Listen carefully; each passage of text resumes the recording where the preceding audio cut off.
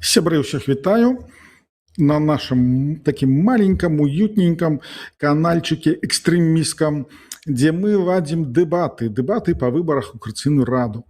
И сегодня з раніцы я думал, что будет два спикера спіса, але ж потым ужо бліжэй там далучылись яшчэ два чальца. И будут сегодня дебаты паміж спісам «Рух Воля» и списом «Наш голос», а таксама будут дебаты паміж, опять же, списом «Рух Воля» и паміж списом «Европейский выбор». Чаму так атрымоўваецца? Вось скажу вам шчыра, что есть люди, якія прапануюць себе и кажуць, мы хотим на дебаты. А есть люди, якія пакуль што, як я бачу, пакуль што яны так паглядаюць со стороны и думаюць, так гэта з кім бы там яшчэ. Але ж дамоўленасці ёсць, и таму я прапаную іншым спісам таксама далучацца. Таму што гэта і ёсць палітыка, калі вы тым больш публічна паміж сабой размаўляеце на абсалютна розныя тэмы. И прапануеце себе и свои программы. Гэта и ёсць палітыка. И таксама глядачы, родныя мои глядачы, я прашу звярнуць увагу на тыя спісы, якія і зараз не працуюць. Вось яны абвесцілі, што яны ёсць, абвесцілі, што ёсць праграма, і іх нідзе няма, не бачна, яны нікуды не ідуць, там і так далей. Калі яны, па-першае, наўрад ці, канешне, яны пройдуць, а па-другое, калі даже і пройдуць, у меня опыт уже есть, насамрэч, то так же яны будуць і працаваць у ТМКР. Таму прыглядайцесь да тых, хто да вас прыходзіць. І зараз першая пара «Рух Воля» Вадим Кабанчук и «Наш голос» Андрей Колас. Вітаю. Добрый день. Привітання. Значит, яшчэ раз, што будзе адбывацца. Я задаю першыя тры пытанні, агучваю, яны аднолькавыя для кожнага. Вы на іх даеце адказ, а потым па чарге, там уже дамовіцесь як, па чарге пачынаеце свои пытанні, у вас ёсць час на рэфлексію пасля адказа, і ёсць час так же сама будзе ўжо пры канцы стрыма, вашага стрыма, там 2-3 хвілінкі, чаму патрэбна галасаваць за вас. Дамовілись? Дамовілись. Так, з каго першага пачынаем? Давайте спадар Вадим. Так, спадар Кабанчук, да вас першае пытанне. І тое ж самае пытанне будзе, Андрей, да вас. Распавядзіце о сябе. Хто вы, якая адукацыя, там, напрыклад, чым займались, чым займаетесь. То бок, каб людзі ведалі, хто вы ёсць, акрамя таго, што вось нешта там са СМІ бачыць. У меня, может, не настолько цікавая биография, там, як у іншых людей, але коротко могу распавесці, что я народился в месте Бобруйск, потом, в принципе, школа, техникум закончил в Бобруйске, поступил в политехничную академию, тогда она называлась так, Белорусская политехничная академия. Не поспел до конца ее скончить, як меня арестовали на черговом митинге в 97 году. Тады адбываліся вельмі сур'ёзныя маніфестацыі супраць саюзнай дзяржавы, якую падпісаў Лукашенко з Ельцыным в 96 годзе. Уласна, я далучыўся да актыўнай пратэснай дзейнасці з 96 года, калі была Менская весна. Быў кароткі час адсідкі, полгода, потым мне далі там 3 года з тэрміноўкай на 2. Пасля выхада з СІЗА я стварыў фактично адразу вайсково-спартовую организацию «Край», якая азначила шэрагам насаабарончых акцый, в тым ліку расследаванням па зніклых вядомых палітыках, якія забівала команда ліквідацыі Лукашэнкі. Пасля таго, як наша дзейнасць стала вельмі небяспечнай, у меня был перыяд эміграцыі в Европе, каля 3 гадоў, вернулся нелегально в Беларусь в 2005 году под черговые так званые выборы и черговую революцию. Был в Беларуси до 2014 года, когда началась подеи на Майдане и расстрел Небесной Сотни. Я зрозумел, что в регионе начинается война, будет напад на Украину, и в эту войну будет втягнута Беларусь, как войсковый сателлит. В принципе, так и отбылось, только я пролечился с тем, что полномасштабная фаза войны началась в 22 году. А с 2014 до 2022 шла фактично война низкой интенсивности. В 2015 году в Украине створил тактичную группу «Беларусь» с белорусских доброходников, которые воевали в районе Донецка и Донецкой области. Ну так, с перерывами, с ротациями, с поездками на фронт. Потом был шерах социализации до 22 года, коли в перший день войны я снова приехал до Киева и долучился разом с іншими доброходниками до створения полка Калиновского. Коротко так. Дякую. Андрей, ваша черга, то самое. Добрый день. Дякую, спадар Алесь, что даете магчымасць выказаться. Адзінае, что хочу сказать, что там есть, одразу хочу сказать, что есть маленькая помылочка. Спіс мой называется не «Наш голос», а «Ваш голос». Вось, пробачьте, ну просто так, и все люди помыляются. Дык вось, ну ладно, это не истотно. Я думаю, потом можно поправить. Что тычыцца своей биографии, рассказать про себе. Меня зовут Андрей Колас, мне 44 гады.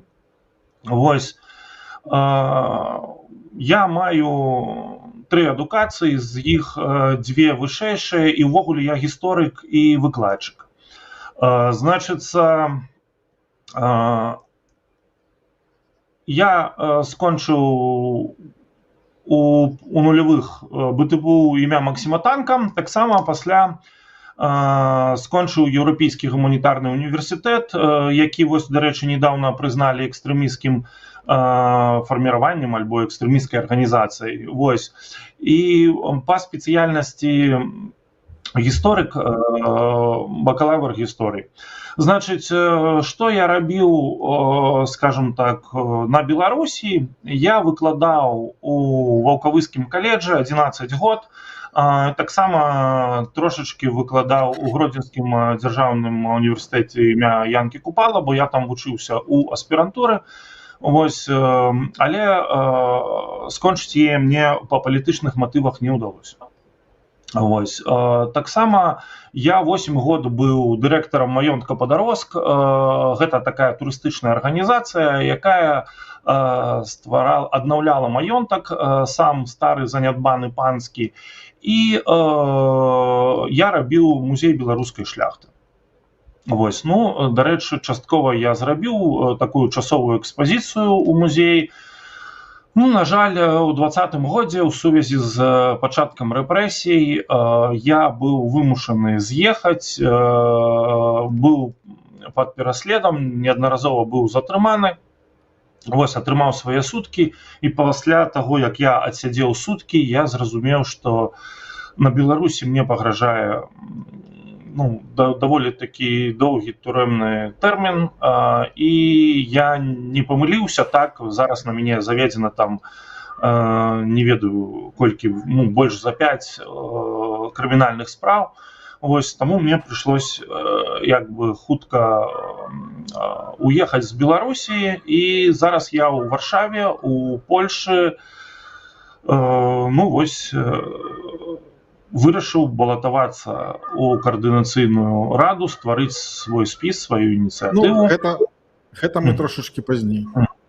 Тое, што вырашылі стварыць, вось якраз гэта будзе там далейшае пытанне. Так, пытанне другое. Як вы ацэньваеце працу КР-4? Якія бачыце праблемы?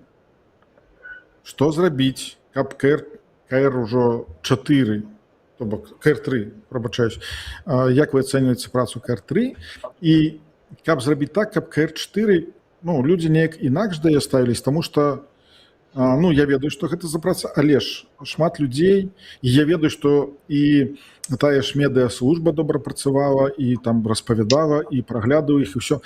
Але ж людзі ўсё роўна задаюць пытанні, і шмат пытанняў.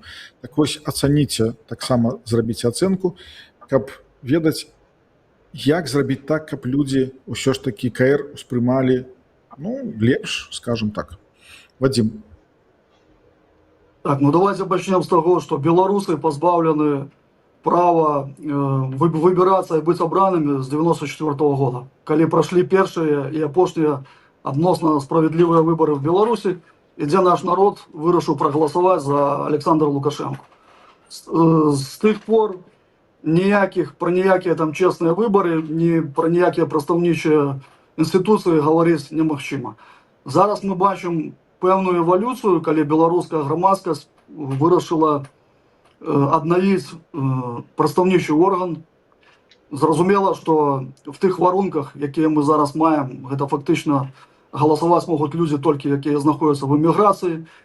Рэжым прыкладае намаганні для того, каб дыскрэдытаваць гэты інстытут, таму што ён уяўляе для яго небяспеку. Я нагадаю, што палатка лукашэнкаўская, якая называецца парламентам, яна пазбаўлена міжнароднай камунікацыі, яна пазбаўлена партнёрскіх стасункаў з краінамі, як, в прынцыпе, сам рэжым знаходіцца в ізаляцыі. Тое, што дамогся КР-3, займеўшы 6 мест в Радзе парламенцкай асамблеі Савета Европы, гэта поспех, адназначна, нават по адной прычыне, я ее зараз назову.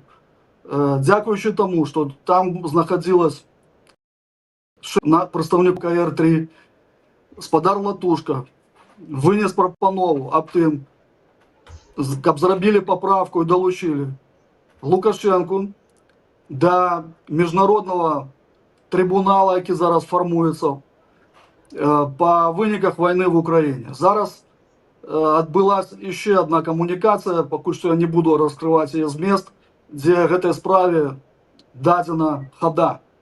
И хутчэй за все режим Лукашенко будзе далучаны и будзе врэшце рэшт на лаве злачынцаў разом с Путиным за развязаную агрессивную войну в Европе. Нават один этот факт, который вельмі боится Лукашенко асабіста, мы гэта ведаем, ён уже показывае пра значнасць і прагрэс, які дасяглі беларусы в эміграцыі. Дзякуй. А то бок, я не пачуў наконт таго, якія праблемы. Ну, але ж Вадзім не працаваў КР, можа ён не так і паглыблен у гэты працэс. Ну, добра, адказ прымаецца. Андрэй. Добра. Я адкажу на пытанне. Пытанне гучала так, што трэба зрабіць каардынацыйнай радзе, што яна зрабіла трэцяга склікання і што трэба зрабіць, каб чацвёртае скліканне больш атрымала даверу ад народу нашага беларускага. Я скажу так, трэба займацца праблемамі народа. Калі мы, я спадзяюся, што мы будзем абраныя ў каардынацыйную раду чацвёртага склікання, будзем займацца праблемамі беларускага народу, тады і будзе цікавасць. Не цікава каардынацыйная рада народу таму, што яна не вырашае іх праблем. Вось у мяне такі адказ. Тое, што рабіла каардынацыйная рада трэцяга склікання, на мой погляд, яна не зусім рэалізавала тое, што магла рэалізаваць. І я думаю, што гэта найперш віна тых дэпутатаў, якіх абраў наш народ, ну, прынамсі 6700 выбарцаў, і гэтыя дэпутаты не змаглі нейкім чынам, скажем так, даручаныя, ну, скажем так, сімвалізм, капітал нейкі, які даручылі яму гэтай каардынацыйнай радзе, ён не змог у жыцці нейкім чынам рэалізаваць. Я спадзяюся, што з выбарамі і працай у чацвёртай каардынацыйнай радзе атрымаецца па-іншаму. Я менавіта з гэтай праграмай і іду туды, каб вырашаць праблемы народа. І тады наша рада стане народу цікава. У мяне ўсё. Дзякуй. Гэта ўжо ўсё, так? Так. Дзякуй. Ну, пабачым, як это будзе. Я спадзяюся, што вы пройдзеце таксама ў каардынацыйную раду. Там павінны быць розныя людзі. У тым ліку і тыя, хто там ніколі не быў. Ну, канешне гэта ўсё будзе вырашацца ўжо там выбарамі так далей, і вы самі тады пабачыце, якія ёсць магчымасці, як можна у краінах, дзе мы ўцекачы, дамагацца ўсяго там і так далей. Вось, ну, гэта ўсё наперадзе. І зараз апошняя такая прамова ваша, скажем, матываваць людзей, як, вось гэта больш даже не пытанне, а так, вось нейкую прамову зрабіце, каб ўсё ж такі матываваць людзей, таму што зараз усе амаль што палітычныя аглядальнікі кажуць, што ў гэту Коордынацыйную раду, вось гэтае скліканне, будуць галасаваць людзей менш, чым у прошлую. Як зрабіць так, каб іх было больш, таму што я вельмі хачу, каб іх было больш, каб іх было там 50-100 тысяч чалавек. Вось. Як гэта зрабіць? Што вы прапануеце? Матывуйце людзей. Вадзім. Наш рэгіён зараз входит в турбулентнасць. Я арыентуюсь больш на вайсковых аналітыкаў, якія в один голас зараз кажуць, в тым ліку пасля Мюнхенскай канферэнцыі по бяспецы, што набліжаецца вайна, вялікая вайна в Европе. Хутчэй за ўсё, пачатак гэтай вайне прыпадзе на кадэнцыю гэтай абранай рады КР-4. Рашэнні і задачы, якія прыйдзецца вырашаць КР-4, могуць быць лёсавызначальнымі для Беларусі і для беларускай грамадскасці в Европе. Таму для мяне гэта не гульні там, в политику, в политиканство, обираться депутатом, а еще один из инструментов политичный. Потому что, как ведомо, что политики размовляют с политиками, а войсковые размовляют с войсковцами. Але задачу войсковцам ставят политики. Так вот, как узмацнить политичный накерунок, мы идем своим блоком «Рухом воля» для того, как принять в пэўны момант гістарычны, які адчыніцца, мы верым у гэта перед нами, тыя рашэнні, якія дапамогуць нам дэакупаваць Беларусь і врэшце рэшт павярнуцца на радзіму. Дзякуй. Ну, гэта зараз было больш падобна да праграмы. Ну, матывацыя людзей, як мне падаецца, гэта трошачкі іншае, то бок гэта не пра накірунак працы з непасрэдна спіса, а не накірунак працы КР, напрыклад. Ну, гэта мне так падаецца. Андрей. Так, ну што тычыцца матывацыі беларусаў, хочацца звярнуцца да беларусаў і сказаць, што галасаванне гэта таксама істотная рэч, якая, скажем так, дазваляе зрабіць выбарны орган і дазваляе нейкім чынам паўплываць на сваё становішча дыаспаральнае тут. І я матывую галасаваць людзей у Коордынацыйную раду толькі таму, што я іду з праграмай, якая будзе вырашаць праблемы гэтых людзей. Я хочу сказаць, што у мінулым разе, у мінулай Коордынацыйнай радзе трэцяга склікання я не бачыў такой праграмы, якая зараз у мяне ёсць, не бачыў менавіта такога кірунку, і таму я думаю, што вось была такая маленькая яўка. Дык вось, як матываваць? Калі ласка, прыходзьце, калі ласка, галасуйце, і калі ласка, давайте разам размаўляць аб нашых праблемах і давайте разам іх вырашаць. Бо за нас ніхто не вырашыць нашыя праблемы. Я далёк ад таго, што мы можам нешта змяніць у Беларусі. Вельмі далёк.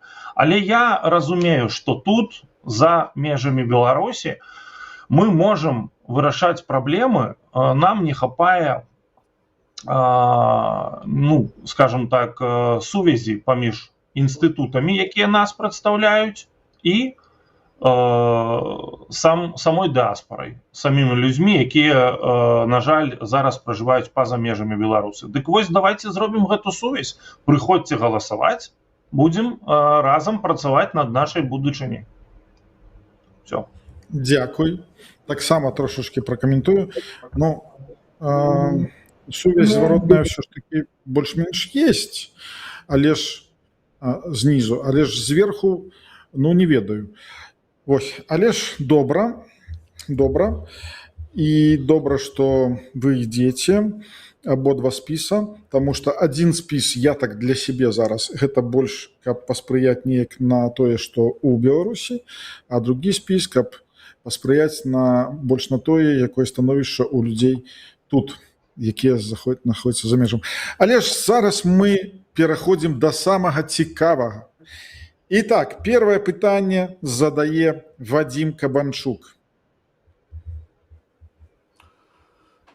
Почитавши вашу программу, відавочна мне адразу кинулась вот гэта лічба, што вы хочаце за 99 дзён дамагчыся фактычна самафінансавання як беларускай эміграцыі в целом, так і інстытутаў палітычных і, наколькі я разумею, грамадскіх.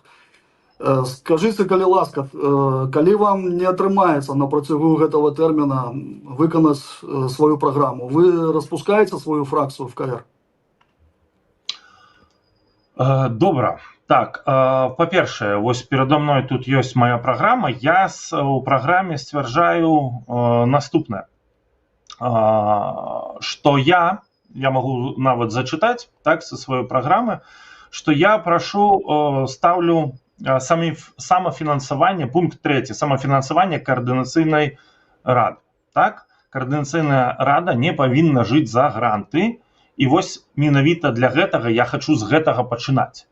Вось, я буду домагацца за першыя 3 месяцы, каб координаційная рада пачала фінансаваць сама сябе.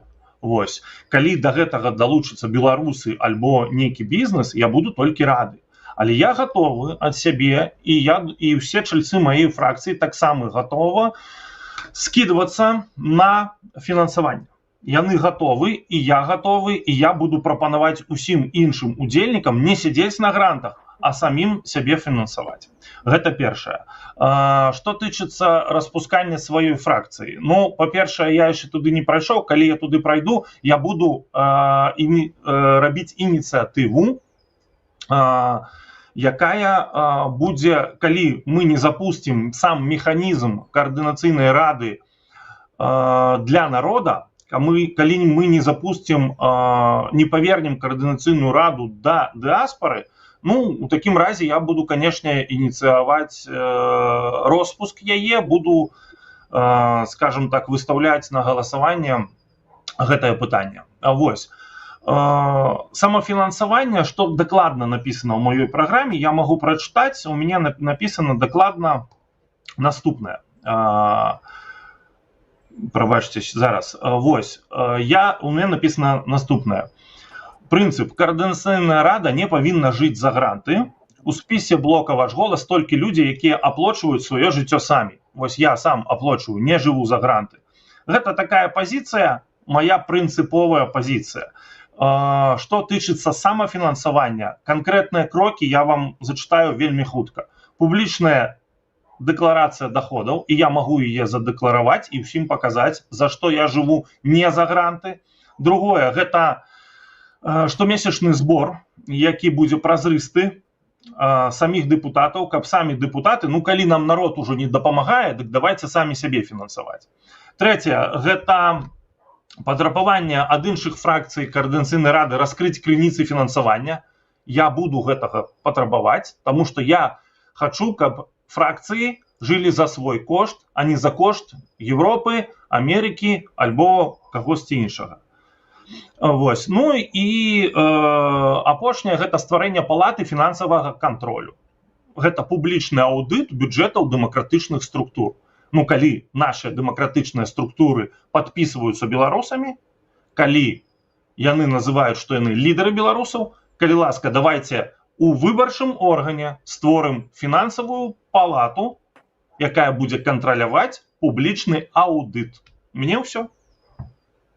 Дякую. Рефлексія, Вадим. Ну, в вашей программе написано ширей, да, в третьем пункте узгадывается КС, але перед гэтым узгадывались фактично все політичні інститути, і ОСЦ, і АПК. Добре, я приймаю відказ. Дякую. Але ж я так само трошечки додам уже со своєї сторони, так як я був чальцом КР, а ви не були ни у другим КР, ни у третьем КР, я был, и я могу сказать, что я не у КР-2, ни у КР-3 не атрымаў ніводнай копейки, і усіх, кого я ведаю, ну, можа, я щось не ведаю, я зараз нічога не буду казаць, таму што нехта там атрымліваў грошы, але ж усіх, кого я ведаю, яны таксама грошы не атрымлівалі. Вось, можа, нейкія пасады там нешта і атрымліваць. Таму гэта так трошечки дадам. Андрей, ваше пытанне да Вадзіма. Так, Вадим, ну, з вашай праграмы, вось у мяне яна перад вачыма, праграма вашага руху, і у вас адразу же пачынаючы, першае пытанне маё будзе да вашых мэт вашага руху. Вы вызначылі наступнае. Мэты вольнай Беларусі, і першая мэта – гэта вызваленне Беларусі з-пад гібриднай акупацыі і адхіленне ад дзяржаўнай улады ў Беларусі асобаў, якія ўтрымліваюць яе неканстытуцыйным шляхам. У мяне простае пытанне. Скажыце, калі ласка, якія ёсць інструменты і якія ёсць механізмы адхілення вось ад дзяржаўнай улады гэтых асобаў, якія яе захапілі, якія і што вам дасць удзел у каардынацыйнай радзе і статус депутата. Значит, я уже в своей промове сказал, что наш регион входит в турбулентность. По всех справаздачах ведущих войсковых аналитиков на протягу 2 годов начнется региональная война. Беларусь выступит в этой роли как минимальная войсковый плацдарм, а хутчэй за все будут задейничаны так само збройные силы Беларуси разом со збройными силами Российской Федерации. Мой прогноз, что в выніку будзе агрэсіўных дзеянняў, будзе ўтворана міжнародная коалиция, якая разгроміць разом с Российской Федерацией режимом Лукашенко. Наша задача стварыць паўнавартасную беларускую вайсковую адзінку, якая першая войдзе в Беларусь. Калі будут дзеянні в отказ, еще раз повторяю, мы не будем поширять конфликты, мы не несем войну, але будут дзеянні в отказ на агрессию с боку Беларусь. Только по доброй воле Украины Беларусь не атрымала вайсковый отказ в 22 годзе, калі с территории Беларуси было ўварванне всуперак Конституции Беларуси на территорию Украины. На жаль, прогнозуем, что гэта зараз рыхтуецца.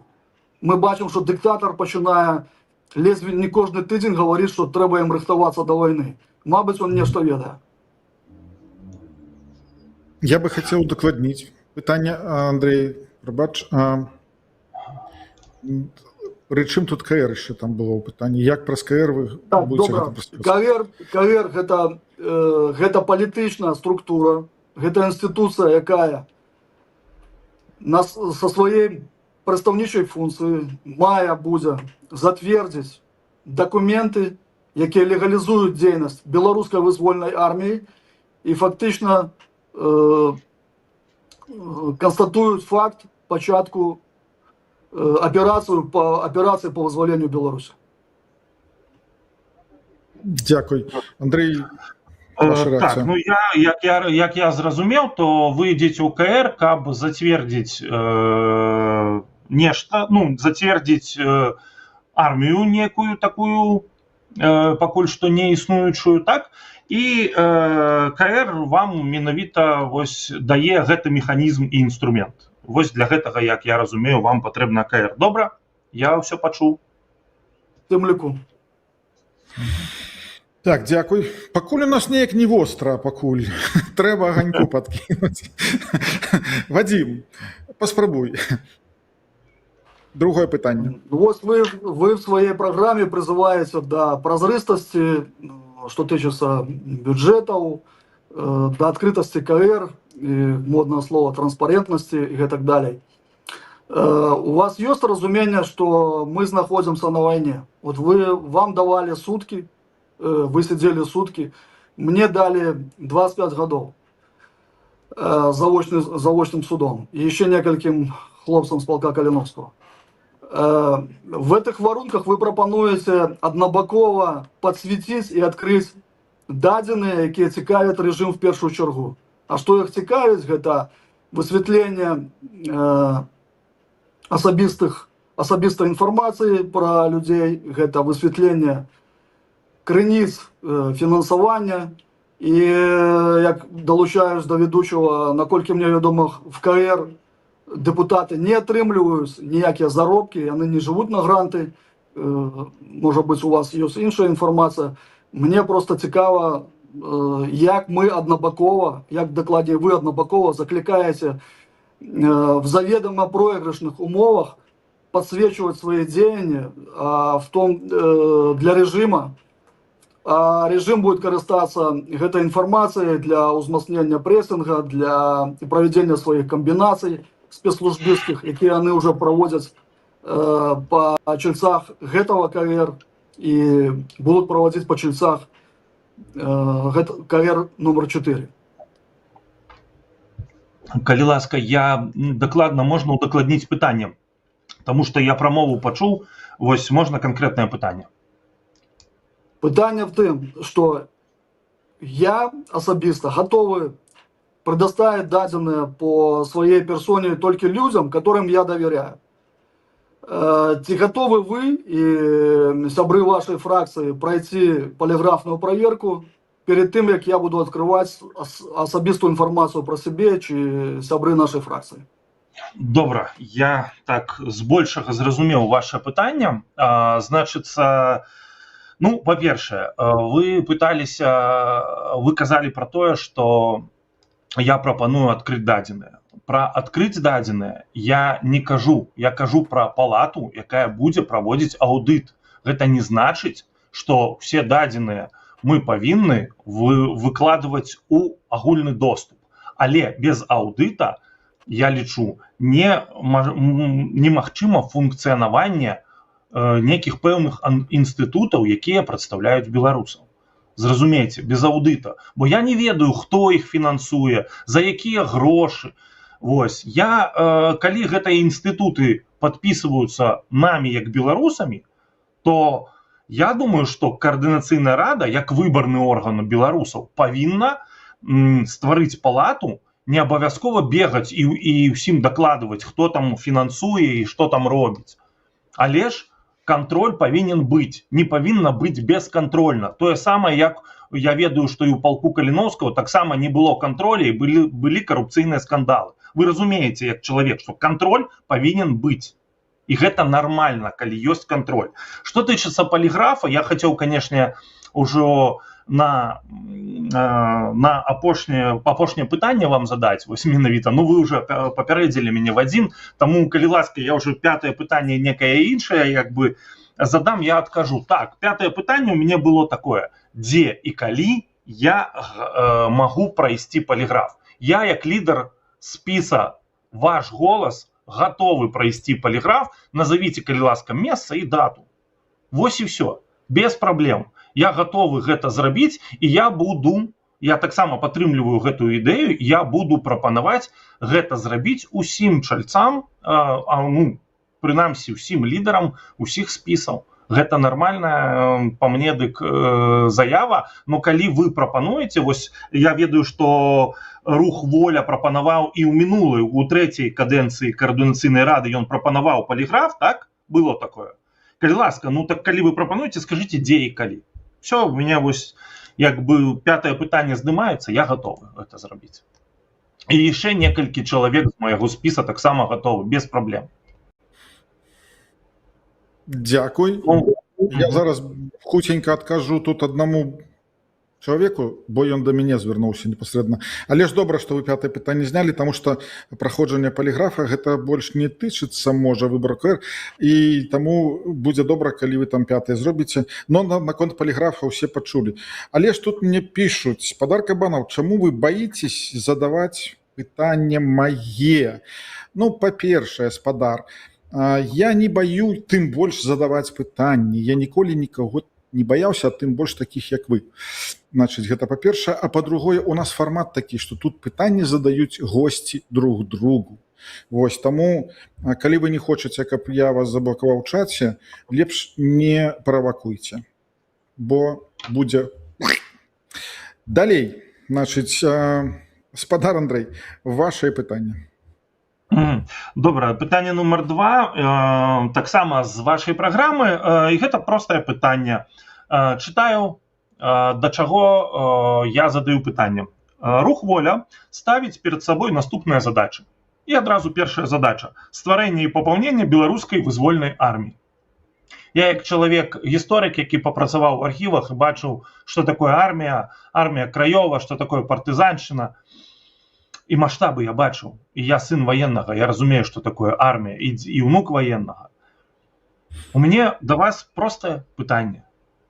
Дзе будзе стварацца армія? Чаму яна за 2 гады рух Воля яе нідзе не стварыў гэтую армію? Дзе яна будзе стварацца? І дзе мне ў яе запісацца? Як мне ў яе уступіць уже ў гэтую вызвольную армію?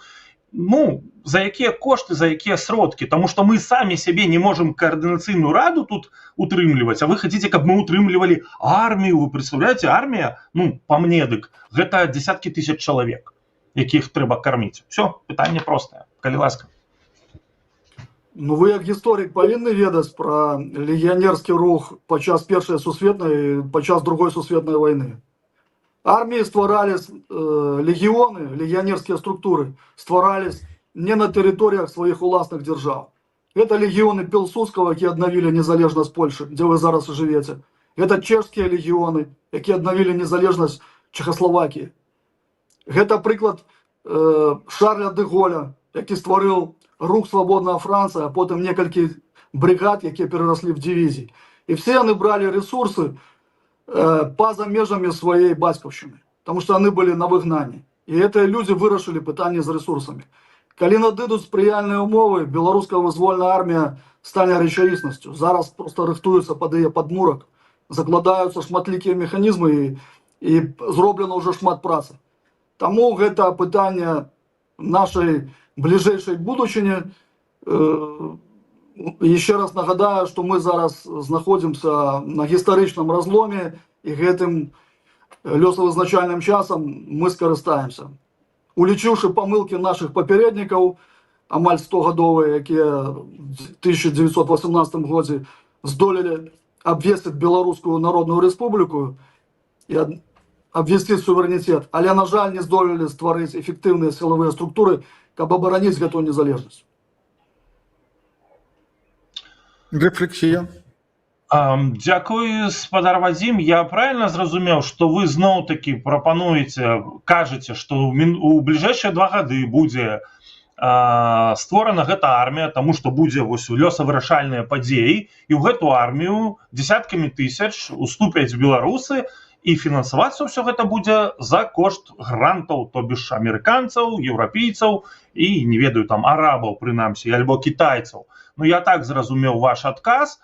Ну, добра, тады і я як разумею, што гэта будзе створана недзе па-за межамі Беларусі, ну, напрыклад, у Польшы, таму што, ну, я як разумею, што вы кажаце, што гэта будзе на мяжы ж створана, ну, не ў Гішпаніі, правда ж, альбо ў Мексіке. Добра, адказ я зразумеў, дзякую.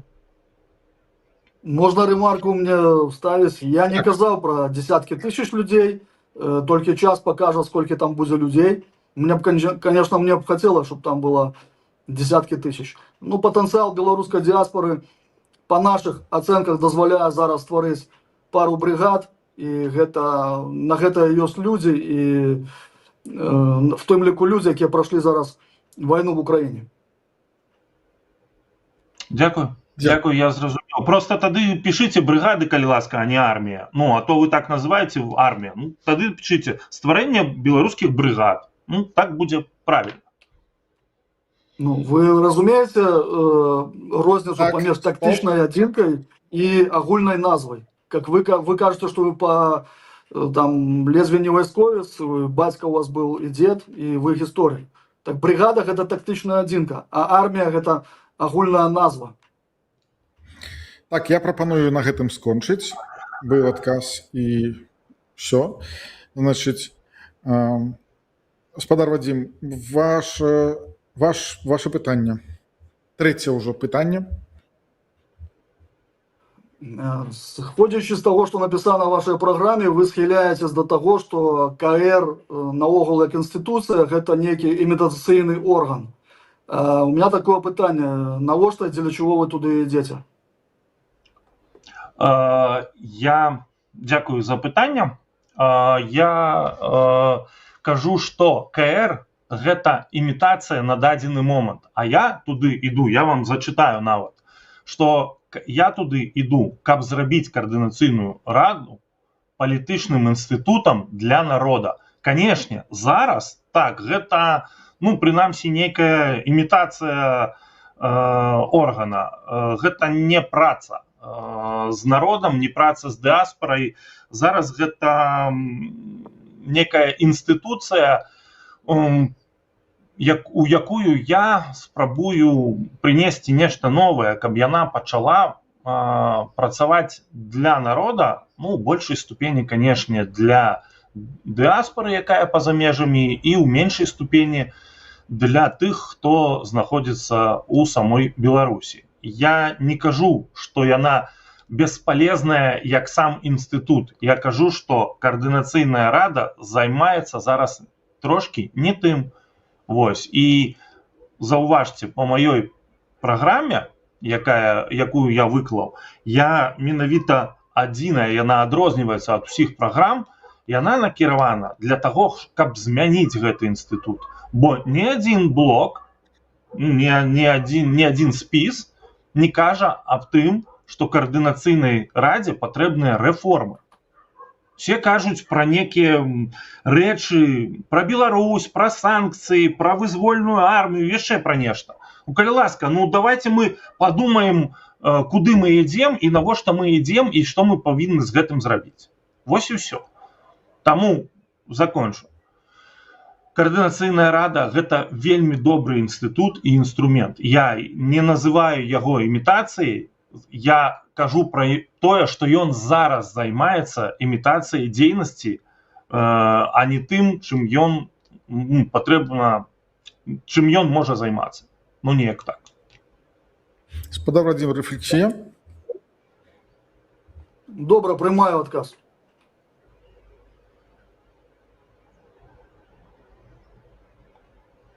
Так, добра, ну тады значит... Чакайце, яшчэ хвілінку. Я звярнуся яшчэ раз да чата, таму што там ёсць людзі, якія, ну, то бок не ведаюць па-беларуску, можа. Яшчэ раз кажу, фармат дэбатаў не прадугледжвае пытанні з чата. Ну, як яшчэ вам патлумачыць? Каб не ператварыць гэта, я не магу сядзець да часу там ночы у стрыме. Таму фармат задаюць пытання друг другу. Калі вы хочаце, каб вашы пытанні былі агучаны, вы звярніцеся да тых спісаў, якія ідуць, і ім прапануеце задаць гэтыя пытанні у стрыме, калі яны прыйдуць сюды, каб яны агучылі гэтае пытанне, калі яны лічуць. Гаспадар Андрэй, ваше пытанне. Так, добра. Маё трэцяе пытанне зноў-такі звязанае з маім мінулым. Я выкладчык, і я прачытаў у вас у прыярытэтах наступнае. Стварэнне вайсковых школ для падрыхтоўкі афіцэраў. Вось тут так і напісана, для падрыхтоўкі падафіцэраў, малодшых афіцэраў, а таксама яшчэ ўзгадвалася адукацыя вышэйшая. Вось. У мяне вось у сувязі з гэтым пытанне. Ужо 5 год, пасля 2020 году, мы не можам стварыць звычайны універсітэт. Мне вельмі блізка тэма адукацыі па-беларуску. Я прапаную ствараць беларускія інтэграцыйныя класы. Вось патлумачце мне, як вы сабіраецеся ў іншых краінах, які інструмент, які метад, як вы, чым, якая метадалогія стварэння іншых навучальных устаноў для афіцэраў, бо для афіцэраў вучыцца ў універсітэце. Ну, альбо в акадэміі. Вось мяне гэта цікавіць, калі ласка. Ёсць існуючыя установы, якія рыхтуюць афіцэраў, і не толькі афіцэраў. Мы, зразумела, не маем такіх ресурсаў, каб ствараць уласныя вайсковыя акадэміі ці вайсковыя школы. Мы скарыстаемся існуючымі інстытуцыямі, існуючымі структурамі, якія ёсць у партнёраў. І тут пытанне толькі палітычнай волі нашай і зацікаўленасці партнёраў. Некаторыя нашы хлопцы ўжо прайшлі пэўную адукацыю. Тут, сыходзячы з элемента, што мы говорим в адчыненым эфіры, я не магу даваць больш канкрэтыкі. Але я нагадаю такі факт, што в умовах, напрыклад, Другой сусветнай вайны людзі атрымлівалі афіцэрскія годнасці, звання за вельмі кароткі тэрмін. Полугадавыя курсы і прызначалі лейтенанта ці малодшого лейтенанта. В тым ліку зараз тыя хлопцы, якія воююць в Украіне, по украінскаму законодаўству могуць атрымліваць афіцэрскія звання, просто сыходзячы з рашэння камандзіра ўласнай часткі. Ён мае на гэта паўнамоцтва. Андрей, рефлексія? Дякую. Ну, тады я просто падсумую. Значыць, я якраз зразумеў, што свае навучальныя установы вы не будете ствараць, тому што тут напісана стварэнне, вось, а будете карыстацца іншымі еўрапейскімі навучальнымі установамі, дзе будуць учыцца нашы вайскоўцы. Зноў-такі, як я разумею, навучанне платная рэч, і вы недзе будете шукаць фінансаванне. Ну, як я разумею, рух «Воля» будзе зноў-такі прасіць грантаў на, як палітычная суполка, прасіць грантаў на навучанне ў замежных навучальных установах нашых будучых байцоў беларускай вызвольнай арміі. Я так і зразумеў. Добра? Так, гэта абмеркавалі. Спадар Кабанчук, ваше пытанне. Сыходзячы з вашай праграмы, з гэтых 99 дзён, якія вы даеце на фактычна перезапуск працы Координацыйнай рады, 30 дзён вы збіраеце займацца маніторынгам, 31 дзён, наколькі я разумею. Гэта, адпаведна, значыць, застаецца 69 дзён дзеля того, каб стварыць механізм самафінансавання хаця бы Координацыйнай рады. І пры гэтым вы пішаце, што вам не патрэбны в Координацыйнай радзе прафесійныя палітыкі, но вам патрэбны такія спецыялісты, як менеджеры, эканамісты, дыпламаты, юрысты, педагогі, рэкламшчыкі. У мяне пытанне, вы наогул уяўляеце, сколькі дзяржавы затрачваюць грошай і часу на падрыхтоўку прафесійнага дыпламата? Вот зараз в Координацыйнай радзе працуе, наколькі я ведаю, 2 прафесійных дыпламата. Спадар Латушка і спадар Остапенко. І дзякуючы іх працы было зроблена вельмі шмат на міжнароднай арене, в тым ліку запуск трибунала по режиму Лукашенко. Вы живете в Европе, вы усведомляете, сколько каштует праца менеджера, экономиста, юриста?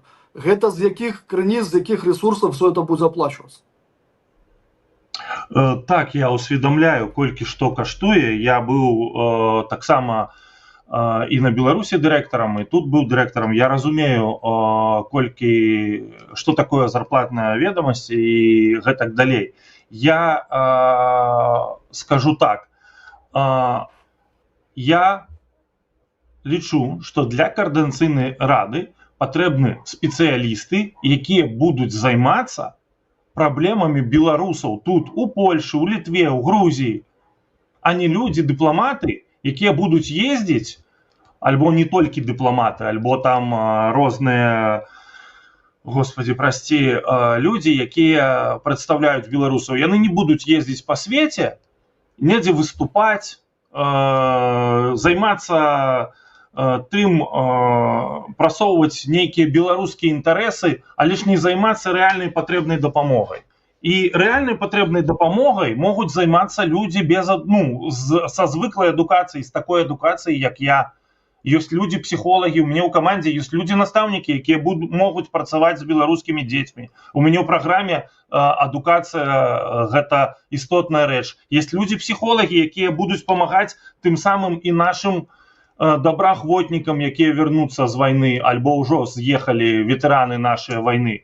Для гэтага не трэба тут нейкія вялікія зарплаты ў Польшы. Я думаю, што гэта нармальна і гэта можа працаваць. Ну, працуе же нейкім чынам пераходны кабінет, офіс, людзі працуюць, дарадцы, там цэлы спіс на сайце дарадцаў ёсць. Но яны ўсё дарадзяць і ну, куды яны дарадзяць, незразумела. А хто будзе займацца простымі, нармальнымі пытаннямі? Вось я адкрыў вось пункт другі, дзе вы пералічвалі. Вось мне і цікава, тут так і напісана ў мяне, што, калі ласка, ёсць рэальныя праблемы рэальных беларусаў, і, калі ласка, давайте вырашаць іх. І калі вы, гаспадар Вадзім, таксама звычайны беларус, і калі у руха «Воля» таксама ёсць нейкія праблемы у канкрэтных людзей, якія ідуць за вашым рухам, у патрэбах уладкавацца на работу, у патрэбах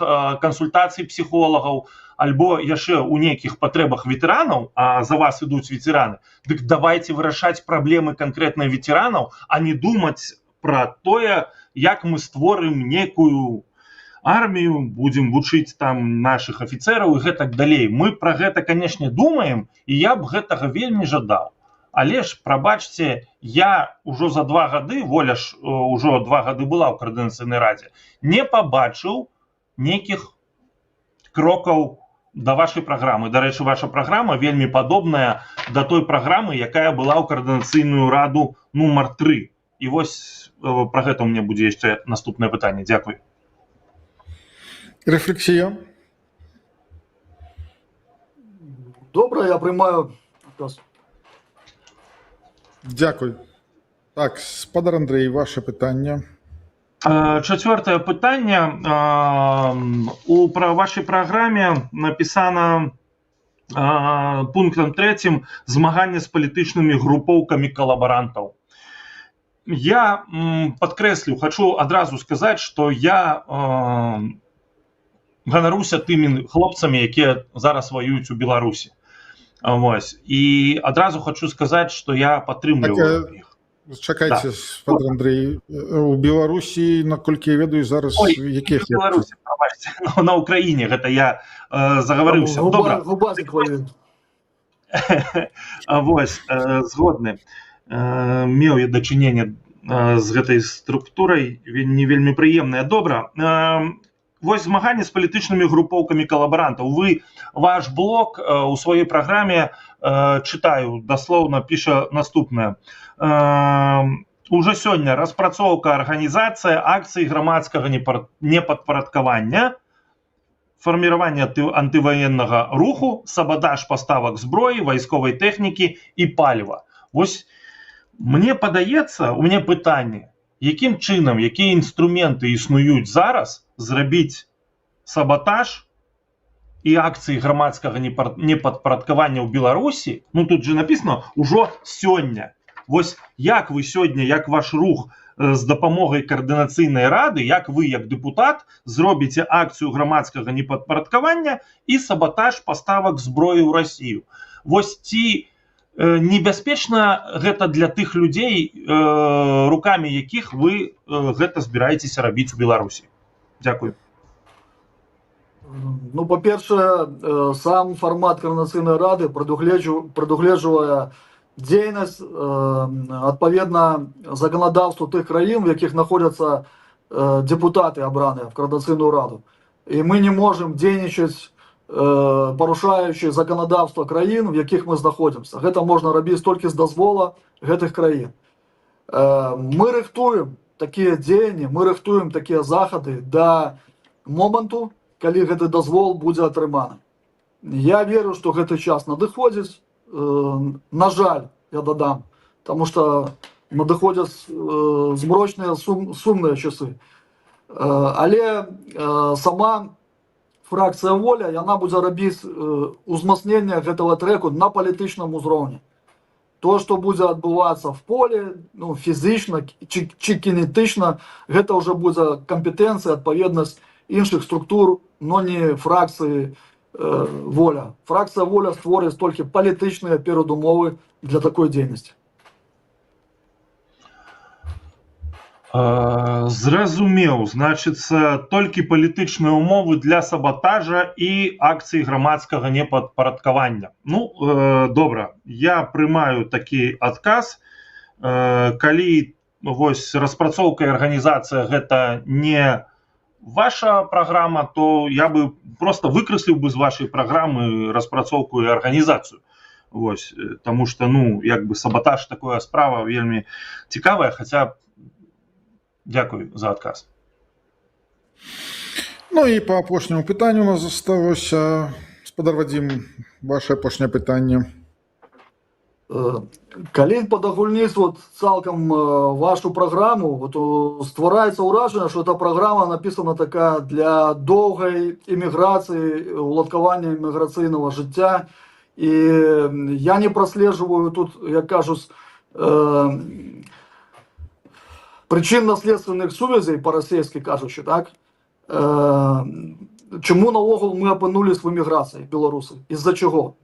Уласна кажучы, вы прапануеце беларусам змагацца с наступствамі, а не с праблемай. Потому что адзінае, што у вас написано пра магчымасць вяртання в Беларусь, гэта стаць мацней. Вот мне б хацелось зразумець гэту дефініцыю, што значит в вашем уявлении стаць мацней.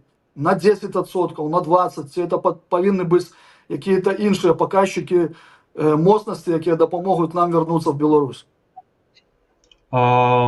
Зразумеў, што значыць стаць мацней і чаму моя праграма накіравана менавіта на вырашэнне простых праблем простых людзей. Глядзіце, Вадзім, я гісторык, і я сыходжу з таго, што мы можам тут прабыць альбо пару месяцаў і вярнуцца ў Беларусь, а можам прабыць як эміграцыя, белая эміграцыя расійскай імперыі 70 год. А я не ведаю, як у вас, у мяне тут дзеці, у мяне тут сям'я, і мы павінны вырашаць праблемы свае. І я заклікаю людзей беларусаў для таго, ну, актыўней удзельнічаць у сваім унутраным дыаспаральным палітычным жыцці, дзе, собственно, координацыйная рада і існуе, яна існуе па-за межамі Беларусі, а не ўнутры Беларусі. Ну, як бы, і адказваю, так, моя праграма менавіта накіравана на дыяспару, на вырашэнне праблем дыяспары, таму што я разумею, што інструментаў нейкім чынам паўплываць на становішча ў Беларусі у нас няма. Каб у нас былі інструменты, мы б ужо за 5 год нейкім чынам паўплывалі. Каб у нас, у сэнсе, у дыаспары, у тых людзей, хто з'ехаў, мы бы ўжо іх выкарыстоўвалі, а інструментаў няма. Таму, так, вы правільна сцвярджаеце, моя праграма менавіта на гэта і накіравана. Стаць самастойнымі, не быць залежнымі ад грантаў, стаць моцнай дыяспарай, якая у патрэбны момант, вы пра яго кажаце, Вадзім, гэты патрэбны момант, ён адбудзецца, я не ведаю дакладна калі, но як гісторык скажу, што можа праз год, а можа праз 70. Каб мы, як беларусы па-за межамі, змаглі дапамагчы. Толькі я не ўпэўнены, што адбудзецца адразу вайна. Таму што вы ва ўсіх сваіх прамовах, я сканчваю, вы ва ўсіх сваіх прамовах кажаце, ўсё, вось 2 гады, і будзе канфлікт, і абавязкова будзе вайна, а я ў гэта не веру як гісторык, таму што варункаў, шляхоў вельмі шмат. Шмат шляхоў гістарычнага развіцця, і вы просто так дакладна і ўпэўнена, як вайсковец, даказваеце, што ў Беларусі будзе вайна. Ну вось бачыце, ўжо 4-й альбо там уже 5-й год ідзе вайна на Ўкраіне, а ў Беларусі пакуль што нічога. Ну у мяне вось як бы няма ўпэўненасці, што будзе менавіта 3-я сусветная вайна, таму што гісторыя, яна развіваецца не па спіралі, я вам як гісторык скажу, і не лінейна, яна развіваецца выпадкова. Так, спадар Андрэй, мы ў гэта ўжо не ўвазім, як гісторыя. Вадзім, рэфлексія. Ну, справа тым, што вайна ўжо ідзе. Яна ідзе з 22-го году, непасрэдна падтрымана рэжымам Беларусі. Праз Беларусь транзитом зараз ходять войски, перелітають дрони, які періодично падають на територію Білорусі. Я скажу, що фронт белорусско-украинский в 22 году был активным фронтом. Зараз гэта так само лінія фронта, яка утримлюється войсками і робяться умацаванні, мінаванні, інженерныя загароды. І вона просто не активна. Але гэта активність може бути проявлена в любой час, в любой період. Тому що Білорусь, на жаль, згубила свій військовий суверенітет, вона зараз цілком залежить від волі Путіна. Як Путін вирішить, коли йому почать там чергову свою віток ескалації, тоді в этой буде тягнута Білорусь. На жаль, 2 роки це, напевно, вже такий навіть довготерміновий прогноз. Хутчей за все, це здариться раніше, ніж пізніше. Так, дякую. І апошнє питання, господар Андрей. Так, значит, я хотел задать 5-е пытанне про поліграф, і гэта пытанне было простае, да, дзе і калі я змагу яго прайсці. Добра, я попрошу, вось 5-е пытанне уже знялі мы, я попрошу просто написать мне, звязаться со мной, альбо праз спадара Алеся, так, і нейкім чынам даць мне адказ. Добра, калі знялі 5-е пытанне, у меня пытанне наступнае. Рух «Воля» ужо прысутнічаў у каардынацыйнай радзе. І пытанне простае, што за 2 гады зрабіў рух «Воля» для простых беларусаў у Варшаве, Беластоку, Вільні, у Батуме, у Тбілісі, якія простыя канкрэтныя задачы ён вырашыў. Вось я па-за межамі вашай праграмы. Вось за гэтыя 2 гады. Справа тым, што мы скіраваны былі на 3-й КВР ісці іншым спісам, але там былі абставіны, якія вмешались в апошні час, і там быў трошки скасаваны сам спіс, і не смаглі зайсці туды ключавыя кандидаты, якія павінны былі зайсці в рух «Воля». Але рух «Воля» фракция «Воля» провела певную работу, справоздача вывешена на ее сторонце, можно ознакомиться за период с травня 24 по 27 листопада 25 года. Справы были национального масштабу, да, магчыма там не звертались под призму проблемы некого конкретного особистого человека, але там вырашались пытанні існування і визволення Білорусі. Цілий шерах мероприємств, включаючи організацію Білоруської військової комісії, міжвідомственної комісії і так далі. Было распрацовано во взаимодействии с Белпол инструкция по безпеці для делегатов Координаційної ради. Было пропоновано пройти полиграфную проверку для всех членов Координаційної ради. Цілий шерах мероприємств. Тут просто коли зараз зачитывать этого часу не хопіс. Еще раз скажу, я могу вам скинуть по ссылку, можете ознакомиться со справами фракции «Воля». Добра, дякую. Я подведу рефлексію під адказом. Ну, як я зрозумів, що гэта была арганізацыя камісіі, распрацоўка інструкцый, але ж, як вы самі сказали, все ж таки конкретные проблемы конкретного человека не разглядались. Все больше национального масштабу. Добра, я гэта записал. Ну, як бы, дякую вам за адказ.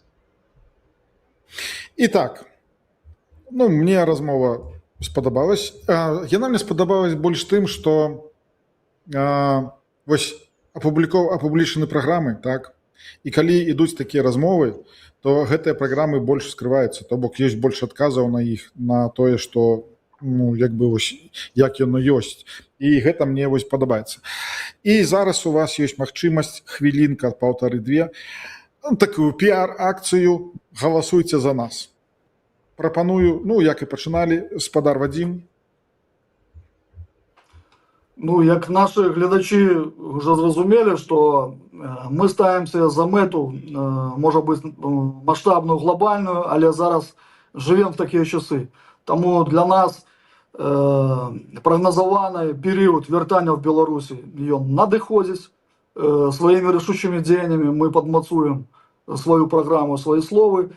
И по всех прогнозах в период каденции этого координаційної ради і будуть лёсавызначальныя часы. Цэлы шэраг фактараў на гэта паказваюць.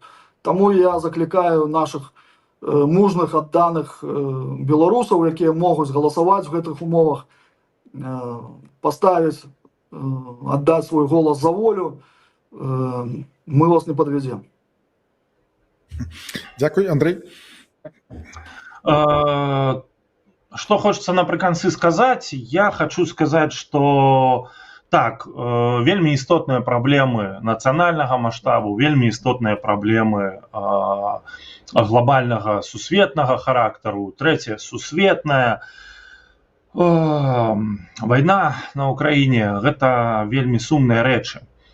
Дакладна прагназаваць я як лідар блока не буду брацца падзеі. Я шмат рабіў прагнозаў, гэта неблагадарная рэч.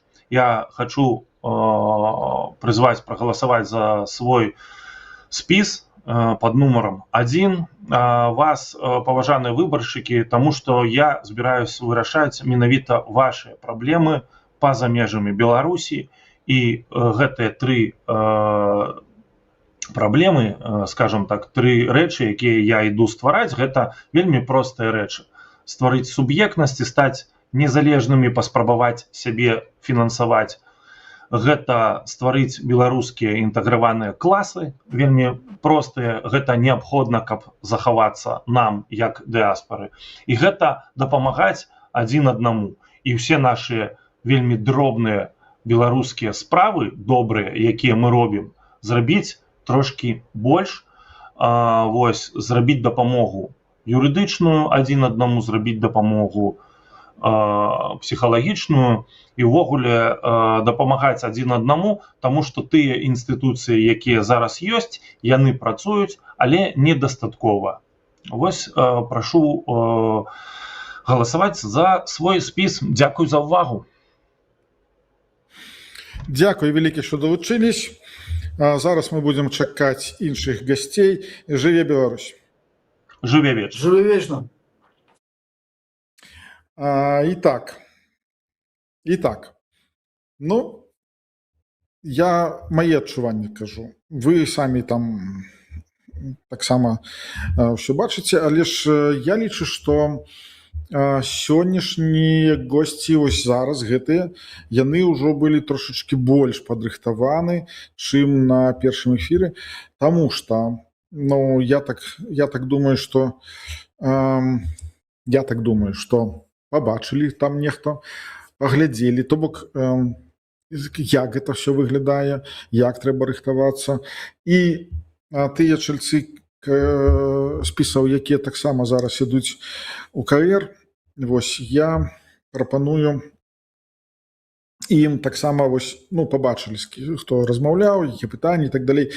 Выходзьце со сваіх спісаў, пакажыце тавар лицом, скажем так, людям, вось, і пакажыце, і прыходзьце на дэбаты. Вось таксама зараз тыя госці, якія былі ў студыі, таксама можете даже кинуть вызов, скажем так, кинуть перчатку і давайте за мной. Вось, зараз мы побачым, што там за пытанкай.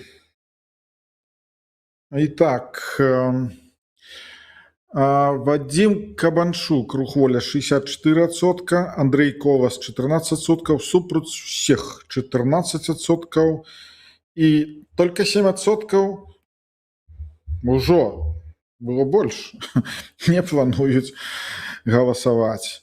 Вось. Так, мне цікава, там наступныя госці у нас будуць. Гэта таксама рух воля Северын Квяткоўскі. І будзе сёння у нас жанчына, яшчэ Ксенія Луцкіна. Гэта еўрапейскі выбар. Зараз паспрабуем іх далучыць. Зараз я ім раз напісаў. Ну, глядзіце. Мне больш цікава ўсё гэта, таму што гучаць ужо трошачкі іншыя рэчы, то бок, вось зараз мне падабалось, якія былі адказы і прапановы, то бок такой рух трошачкі пайшоў. Вось. Таму я яшчэ раз кажу, іншыя спісы. Вы пабачылі, што ідзе, напрыклад, вось новы чалавек, якога вы не ведаеце, той жа Андрэй Колас, ваш голас, не наш голас, а ваш голас. Таму таксама, калі вы хаціце з ім паразмаўляць і па яго праграме, і каб ён па вашай, таксама далучайцесь. Вось, з того ж руха «Воля» шмат хто хоча прыняць удзел. Вось таму і зараз іх і у эфіры многа, і зараз будзе апять чалец «Волі», але той чалец, які яшчэ не выступаў на гэтым канале ні разу. Вось таму далучайцесь. Гэта ж самыя цікавыя падзеі, ось самыя цікавыя палітычныя падзеі, калі паміж сабой людзі могуць паразмаўляць, могуць задаць пытанні, задаць адказы там і так далей. Вось гэта ж самае важнае, што можа быць, таму што, даже ведаеце такое, даже калі іх нехта бачыць там дэбаты, там слухае іх там і так далей, гэта ж нейкая даже самаадукацыя атрымліваецца, то бок умныя думкі нейкія гучаць там, вось чалавек больш ведае. Адукацыя гэта добра, насамрэч, тым больш палітычная адукацыя, тым больш калі людзі бачаць, хто што прапануе там і так далей. І акрамя таго, што бачаць, яны, гэта ж дзіўна, калі чалавек можа сам паспрыяць на то, што вось каго ён падтрымлівае, каб у яго было больш галасоў ці менш галасоў там. Таму, канешне, я не ведаю, як будзе, колькі галасоў будзе, колькі людзей прыйдуць на гэтыя выбары, што далей будзе з той карцінай радай там. Пакуль я не ведаю, я ведаю адно. Вось ведаю дакладна адно, што шмат чаго залежыць ад нас. Вось, настолькі шмат чаго залежыць ад нас, што потым, калі пройдзе нейкі час, і людзі кажуць, там нічога не робіць, напрыклад, ці не дамагліся таго-то, не дамагліся таго-то. Вось. Вы ведаеце, я адразу вам кажу шчыра, я ніколі не ездзіў па еўрапейскіх кабінетах на гэтыя сустрэчы розныя, там недзе ў верхах, там ніяк, напрыклад, там чалец карцінай рады, ці блогер, ці яшчэ нехта. Я трошачкі не зусім панимаю, як там што адбываецца, вось, только калі там нешта расказваюць.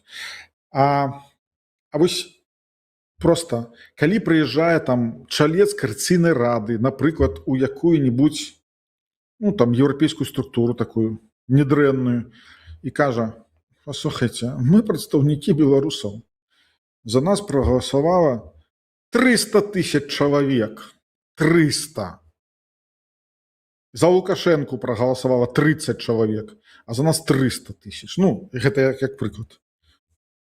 То только руки могут развести. Вось, так, зараз мы долучаем ужо наших других дэбатёраў. Гэта будзе таксама Северин Пятковский. Так, у кагосьці ўключен гук.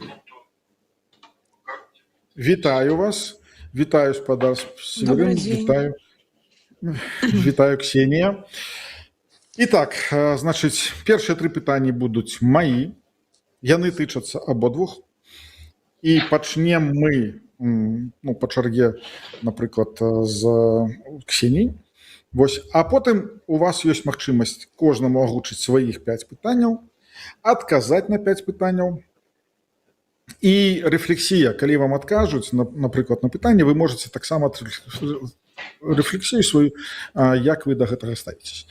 Таму першае пытанне будзе, як і у першых наших было. Распавядзіце трошачкі пра сябе, хто вы, якая адукацыя, чым займаецесь, па якіх накірунках ёсць у вас досвед, чым вы можаце быць патрэбны беларусам у той жа карцінай радзе. Ксенія. Добрый день, дзякую за запрашэнне. Мяне зовут Ксения Лускіна, я беларускі журналіст і былая палітзняволеная. Ну так звычайна мяне сёння прадстаўляюць. Я скончыла беларускі дзяржаўны універсітэт, гістарычны факультэт, тую ж магістратуру, аспірантуру. Я з'яўляюсь даследчыкам сацыяльна-гуманітарных дысцыплін, гісторыі перш за ўсё, і калі верыць маяму дыплому, я спецыяліст па гісторыі Беларусі. І я абірала гэтую спецыяльнасць і гэтую прафесію, гэты лад жыцця, таму што стаць гісторыкам гэта трэба вельмі любіць сваю краіну і вельмі любіць яе гісторыю. Таксама я скончыла Беларускую дзяржаўную акадэмію мастацтваў, я з'яўляюся рэжысёрам. 15 гадоў я працавала у белтэлерадыёкампаніі. Я была аўтарам, кіраўніком, прадзюсарам праектаў. Больш за ўсё я здымала дакументальныя стужкі пра гісторыю Беларусі, пра культуру, пра нашу прыроду. У мяне былі асобныя тэлепраекты, былі і забаўляльныя, безумоўна. Гэта тычылася ўжо спробаў ствараць мастацкае кіно, але я думаю, што гэта не надта цікава ў дадзеным выпадку. У 2020 годзе пасля выбараў, як вядома, у нас у кампаніі быў вялікі страйк, куды далучылася вялізная колькасць супрацоўнікаў. Я далучылася 17 жніўня 2020 года да першага складу каардынацыйнай рады. І такім чынам пачалося маё такое ўжо жыццё як публічнага палітыка, а не толькі як журналіста. Пасля звальнення з кампаніі ў 2020 годзе я займалася паралельна з двумя вельмі важнымі рэчамі. Першае, я працавала была вельмі актыўным чальцом першай каардынацыйнай рады, я займалася там медыа, я займалася камунікацыяй, антыкрызіснай камунікацыяй, удзельнічала ў распрацоўцы дакументаў, і на той момант гэта былі праекты шматлікіх рэчаў, якія потым здзейсніліся, калі ўжо мяне арыштавалі. Другая, супрацоўнічала са шматлікімі праграмамі дапамогі на той момант пацярпелым ад рэпрэсій, калі людзей звальнялі з прычын іх палітычнай пазіцыі. Паралельна я стварала незалежнае тэлебачанне, так званае, незалежную медыяплатформу ТВ Мост. Ну і ўрэшце рэшт, у снежні мае намаганні былі заўважнымі для беларускіх уладаў. Мяне арыштавалі 22 снежня 2020 года. Урэшце рэшт мяне асудзілі ў верасня 22 па частцы першай артыкул 357, гэта так званая справа каардынацыйнай рады. Першымі па ёй прайшлі Максім Знак і Марыя Калеснікава, мой прысуд быў нумар 2. Я атрымала 8 гадоў. У жніўні 2020 года я была памілавана Лукашэнкам, таму што я была ў гуманітарным спісе. У сакавіку мінулого года мяне вывезлі, эвакуявалі з тэрыторыі Беларусі, і я адразу далучылася да грамадскай дзейнасці. Сёння я актыўна займаюся пытаннямі адвакацыі правоў палітычных зняволеных, часткова адвакацыі пытанняў беларусаў дыяспары, і наколькі гэта магчыма, я адвакатую пытанні беларусаў, якія сёння знаходзяцца на тэрыторыі Беларусі. Каардынацыйная рада для мяне не пусты гук. Я ведаю, я бачыла, я была на першым, і не толькі на першым яе паседжанні. Я застала тыя часы, калі мы збіраліся асабіста і размаўлялі асабіста. І я разумею, які вялізны путь прайшла гэта інстытуцыя. Я не лічу, што яна бескаштоўная і што яна бессэнсоўная. Тое, што сёння мы маем адзіны прадстаўнічы орган, у які кожны беларус мае права быць абраным, гэта вельмі важна для нас, народа, які фактычна быў пазбаўлены права выбару з 90-х гадоў. І тое, што мы сёння маем такое народнае прадстаўніцтва на міжнародных пляцоўках, гэта вельмі вялікае дасягненне, і я лічу, што абясцэньваць гэта нельга. Я далучылася да еўрапейскага выбара, таму што гэта спіс экспертаў, гэта тое, што мне вельмі падабаецца. Гэта не спіс гаваруноў, гэта спіс людзей справы, за кожным з нас стаіць рэальныя справы, рэальны прафесійны досвед. Ксения, мы зараз про вас. Я скончила. Пакуль рекламы спіса не патрэбна. Я патлумачыла, навошта мне было ісці ў каардынацыйную раду. Ксения, я понял, что вы працавалі я часам атрымліваю, навошта табе гэта. Я понял, что вы працавалі на тэлебачанні, і ведаеце, як гэта захапіць слова, і так. Вось, добра. Добра, дзякуй за тое, што вы распавялі пра сябе. А зараз чарга спадара Северына. Тое ж самае пытанне. Добрый день. Добрый день. Я пакуль перадключаўся, я не пачуў пытанне, паўтарыце, калі ласка. Добра, значыць, трошачкі пра сябе, адукацыя, накірункі працы, то бок усё, што вы лічыце, што можа быць патрэбна для вашай працы ў КР, ну і таксама распавесці пра сябе, каб гледачы ведалі, хто ідзе ў спісах, чым яны займались, ну і так далей. То бок прэзентацыя сябе як і чалавека, і чальца спіса. З пункту гледжання грамадскай карыснасці, у маёй біяграфіі ёсць навучанне ў Беларускім дзяржаўным універсітэце на гістфаку. У мяне ёсць 30 гадоў мас-медыях і камунікацыях, з іх 9 рэпарцёрам і астатнія в розных медыйных функцыях. У мяне ёсць досвед 3 гады ў кампаніі «Будзьма», прычым не наёмным работнікам, а менавіта адным са стваральнікаў. Ёсць іншыя актыўнасці, звязаныя з грамадскай дзейнасцю. Ну і апошні год я сам зарэгістраваў фундацыю ўжо ў Польшчы, назваў яе проста і паказальна «Беларусь 2020». Яна закліканая папулярызаваць веды пра сучасных беларусаў. Ну і заадно падштурхнуць людзей нарэшце рабіць папулярныя прадукты пра 2020 год. У нас ёсць шмат рэпартажаў і навуковых работ, а вось каб распавесці шырокім колам дагэтуль няма. Я гэтым займаюся, і калі мяне заўважыў мой старынны прыяцель Мікіта Забуга, маю дзейнасць публіцыстычную, ён да мяне звярнуўся, запрасіў у рух «Воля», таму што нашы погляды на 90%, а можа і на 100% супадаюць па розных кірунках. Я не ваенны чалавек, але я ведаю, што без інфармацыйнага супрацьстаяння войны не адбываюцца. І нашых беспрытульных журналістаў, якія мыкаюцца зараз па краінах ЕС, без працы можна запрасіць, яны будуць карыснымі для барацьбы за вызваленне Беларусі. Мы распавядаем пра сябе. А я так вот про сябе распавядаю. Мы журналісты такія вот людзі, мы умеем. Меня только что виноватили в том, что я захопила эфир. У вас тут два. Но супрацьстаяние журналистов... Спадар Северын, мы не будем тут зараз рабіць балаган. Я даю слово, і я яго маю права спыніць слова гэтае як мадыратор. Вось, но я бачу перед сабой 2 журналістаў, а я звычайны блогер, у меня няма адукацыі журналіста, але мы зараз на блогерскай праграме. Вось, таму другое пытанне у меня больш тычыцца, як вы ставіцесь да КР3, якія бачыце праблемы, памылкі, як можна зрабіць, каб людзям гэтая структура была больш цікавая, каб яны казалі, слухайце, ну ёсць неяк, ну зараз просто шмат крытыкі, ось шмат. Ці людзі не ведаюць, чым займаецца КР, яшчэ нешта. Вось, Ксенія, з вас пачнем.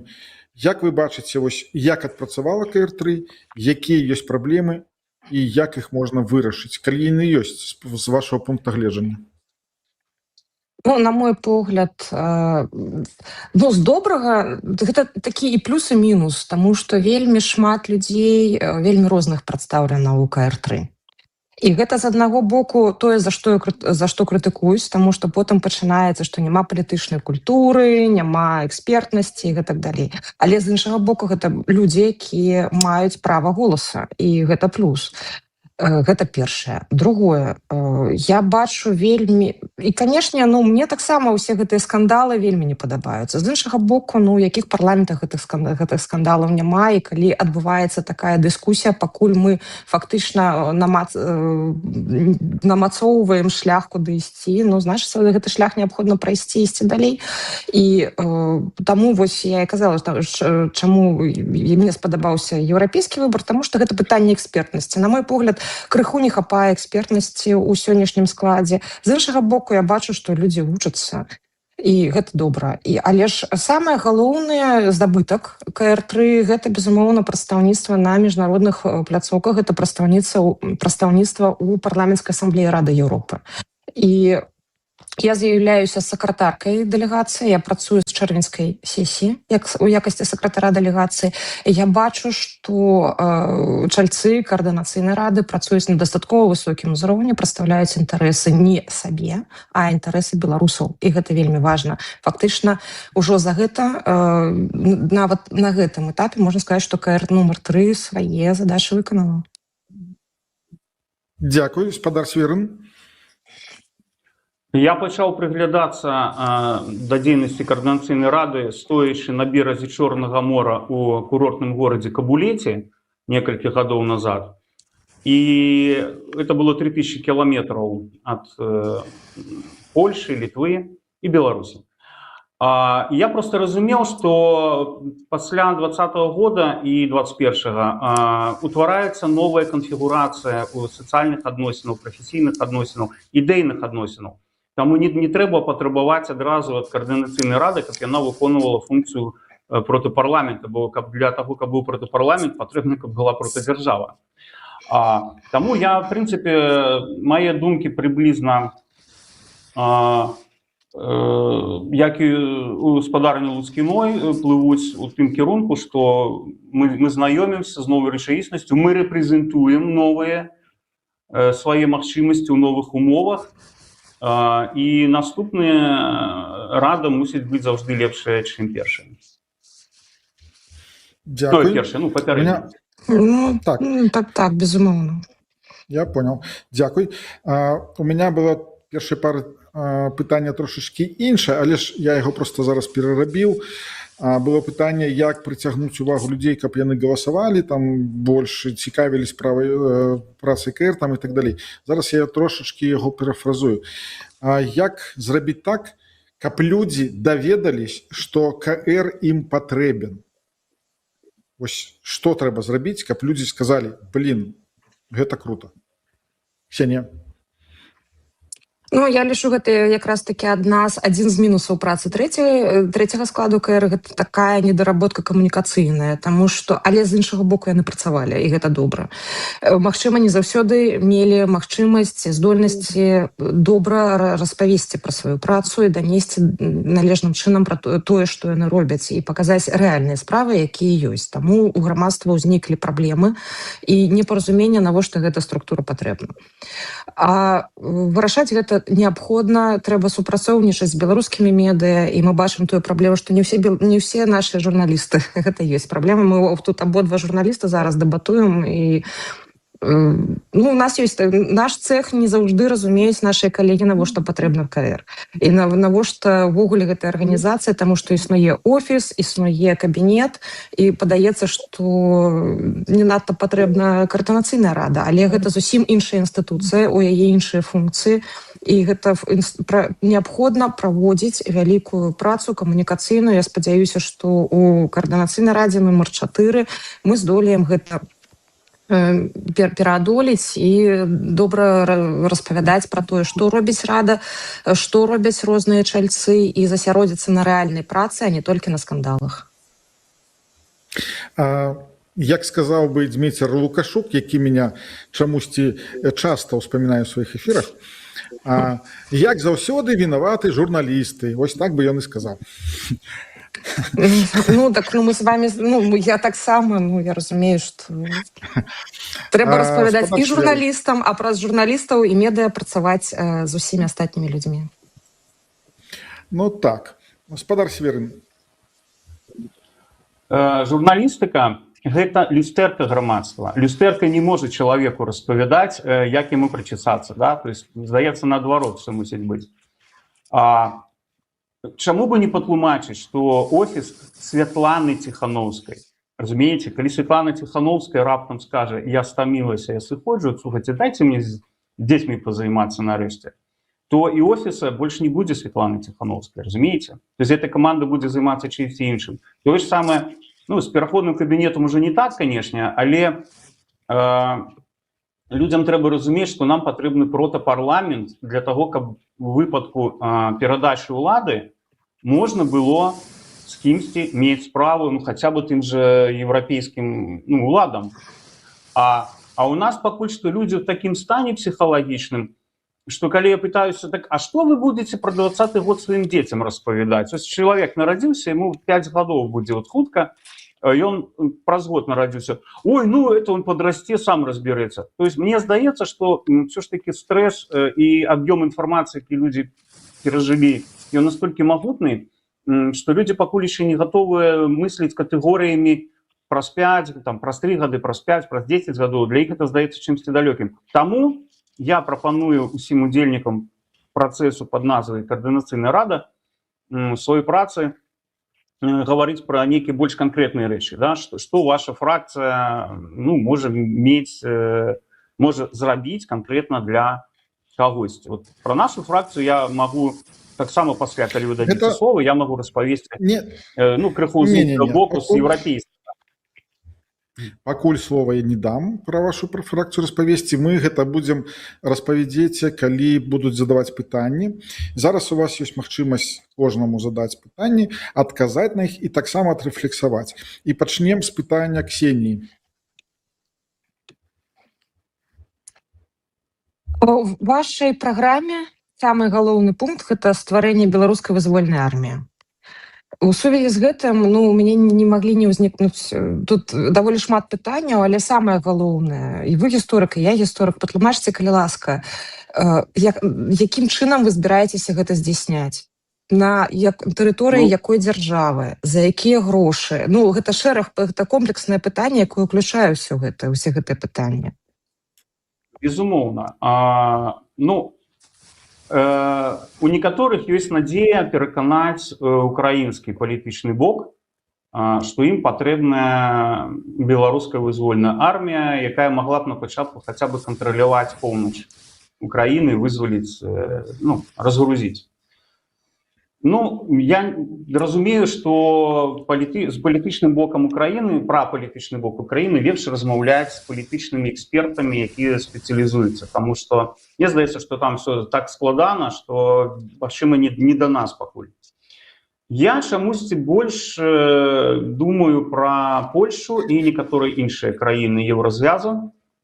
Мы можам пачынаць з самага простага, з сараахвотнікаў, беларускія добраахвотнікі, памагаты польскай арміі, напрыклад. То есть цывільныя людзі, это першы крок. Мусіць быць прынята палітычнае рашэнне.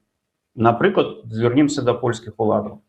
Яны скажуць, што вы, ребята, вас будзе тут 5 тысяч, 10 тысяч назбіраецца, мы вам дадзім зброю, мы ж вас не ведаем, што вы.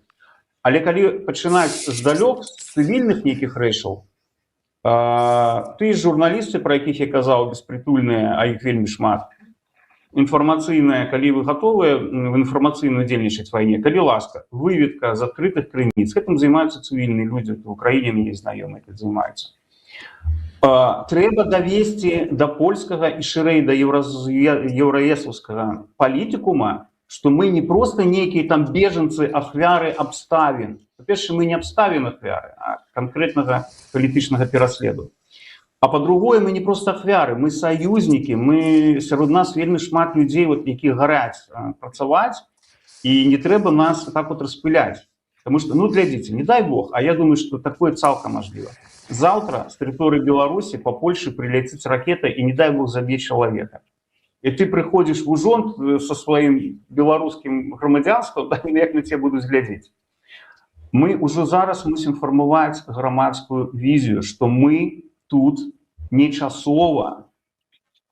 Мы не можам вярнуцца дадому, палікаваць зубы, як нашы, напрыклад, украінскія суседзі. У мяне зубы лікуюць, і навялі там, і все. І мы мусім рабіцца суб'ектамі палітыкі Еўразвяза. Як? Я магу таксама патлумачыць. Пачынаць можна з культурнай аўтаноміі, якая існуе беларускай у Польшы, это афіцыйная, дазволеная, і чалавек... Спадар Северын, значыць, глядзіце... Чакайце. Выбачайце, але ў мяне пытанне было пра армію канкрэтнае. Так, давайте Я мы ж вось сказаў, дакладна. армію трэба рабіць пачынаць з цывільных, а тады ўжо, калі будзе зразумела, што мы сапраўды такая грамадскасць матываваная на супрацу менавіта з еўразвязаўскімі структурамі, можна будзе даверыць ужо і зброю. Але гэта не робіцца вот так вот на раз, два, три. Спадарня Ксенія, ваша рэфлексія на словы спадара Северына? Ну, я, на жаль, чакала больш канкрэтны адказ, таму што стварэнне арміі на тэрыторыі іншай краіны гэта вельмі вялікая і складаная рэч. І таму хацелася б зразумець, якім чынам гэта будзе адбывацца. Аналогіі з другой сусветнай вайной зараз... Ну, гэта быў пункт у мінулай праграме, гэта пункт сёння ёсць, таму хацелася б хоць нейкую... І плюс пытанне фінансавання. Якая дзяржава возьме на сябе адказнасць за фінансаванне фактычна арміі іншай краіны. Гэта ж не ўступленне ў польскую армію ці украінскую. Спадар Северын, калі вы будете перабіваць свайго сорамазмоўца, вас будуць блюрыць, каб вас не чуць. Давайте мы дамовімся, што мы з павагай ставімся друг да друга і суразмоўцы свайго не перабіваем. Таму што калі вы перабіваеце ў гэтай праграме, не чутна не тое, што кажаце вы, не тое, што кажуць спадарня Ксенія. То бок ідзе просто непонятны набор гукаў. Таму давайте з павагай ставіцца друг да друга і не перабіваць. Спадар Северын, ваше пытанне да спадарні Ксенії. Да спадарні Ксенії у мяне ёсць пытанне, я падрыхтаваў. Значыцца, першае пытанне досыць, здаецца, можа быць абстрактным, але як ваша група бачыць суб'ектывізацыю беларусаў у еўразвязе? Мяне перапынілі, калі я пачаў распавядаць пра культурную аўтаномію ў Польшчы беларусаў, якая ёсць платформай, в прынцыпе, для ўсіх астатніх, хто атрымае пашпарт польскі. Ну, это быў мой шлях. Ваш варыянт. Ці мы тут застанемся просто дыаспорай, грамадскімі нейкімі арганізацыямі і все на гэтым? Наша фракцыя не толькі бачыць, але і робіць ужо. Таму што, перш за ўсё, это пытанне, навошта патрэбна каардынацыйная рада. Гэта парламенцкія механізмы.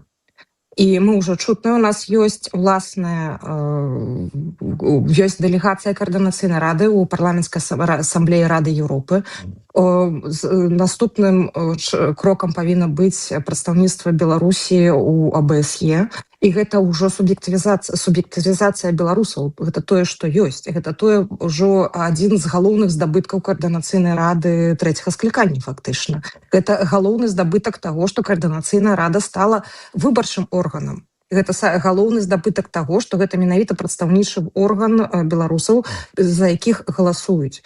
І гэта найвялікшы крок, які зроблены. Гэта вельмі добра. Таму што я кажу зараз менавіта праз парламенцкія механізмы. Мы маем магчымасць даносіць пункт гледжання і меркавання і праблемы простых беларусаў, якія знаходзяцца як па-за межамі. Гэта тычыцца і пытанняў легалізацыі. Гэта тычыцца і пытанняў рэабілітацыі палітвязняў альбо ветэранаў. Мы маем магчымасць працаваць і заяўляць аб тым, што мы не проста дыаспара і там балатуемся ў парламенты мясцовых краін. Я, напрыклад, жыву ў Германіі, можна балатавацца, здаецца, у Бундестаг. Але тое, што мы заяўляем пра сябе як пра нацыю, якая сёння знаходзіцца, і мы гучна ў голас кажам пра свае праблемы, тое, што мы асобныя чальцы нашай фракцыі з нашага спіса з'яўляюцца заснавальнікамі культурных праграм, адукацыйных праграм. І гэта праграмы, якія яны ўжо існуюць, яны ўжо працуюць. Менавіта як праграмы для беларусаў, створаныя беларусамі. І мы пра гэта кажам на еўрапейскіх пляцоўках, і мы пра гэта размаўляем, калі ёсць такая магчымасць ва ўрадах. І, безумоўна, каардынацыйная рада мае такі інструмент, як парламенцкія асамблеі, як супрацоўніцтва з іншымі парламентамі. У нас дастаткова вялікая праграма і вельмі падрабязна выкладзена міжнароднае супрацоўніцтва. І вось гэтае міжнароднае супрацоўніцтва, якое мы збіраемся развіваць надалей, гэтай кангрэс рэгіянальных уладаў, мы будзем працягваць усё гэта рабіць. Гэта галоўнае, што мы сёння можам рабіць, робім. Дякую. Субъективизация праз что? Еще раз, праз координаційну раду? Ну, мы зараз з вами про Просто координаційную раду размаўляем. Я не Праз якую дзейнасць суб'ектам мы робімся в Европе? Мы заявляем про сябе про беларусаў. Гэта ўжо трэцяе пытанне з вашага было боку. Не, Мы я заявляем про сябе буквально- як про беларусаў. Мы фактычна не Так, чакайте, мы опять... Спадарэ журналисты, хопіць хулиганить. Значит, спадар мы Северин, кожны як асоба. Так, Я адкажу чакайте. спадару Северыну тое, што ён Не, глядзіце. Спадара Северына не мае магчымасці задаць пытанняў зараз. Ён можа адрэфлексаваць, ён можа сказаць, што вы сказалі так, ну, што ён, з чым ён згодзін, а з чым ён не згодзін. То бок, ну, рэфлексія на ваш адказ. І мы пераходзім да іншага пытання. Таму, спадар Северын, я прапаную вас адрэфлексаваць на тое, што спадарня Ксенія, вось тое, што вы пачулі, і потым мы пераходзім на іншае пытанне. Бо калі мы зараз пачнем друг другу вось адказам, ну, то бок пытанням, то мы ўжо выйдзем за 5 пытанняў. Добра, што я зараз раблю? Вы зараз Я не пачуў галоўнага, праз што адбываецца суб'ектывізацыя. Добра, тое, што у нас ёсць розныя структуры, якія па розных сваіх каналах могуць прамаўляць, гэта вельмі добра. Светлана Ціхановская, напрыклад, пра Беларусь распавяла практычна ўсім урадам еўрапейскім і некаторых іншых краін.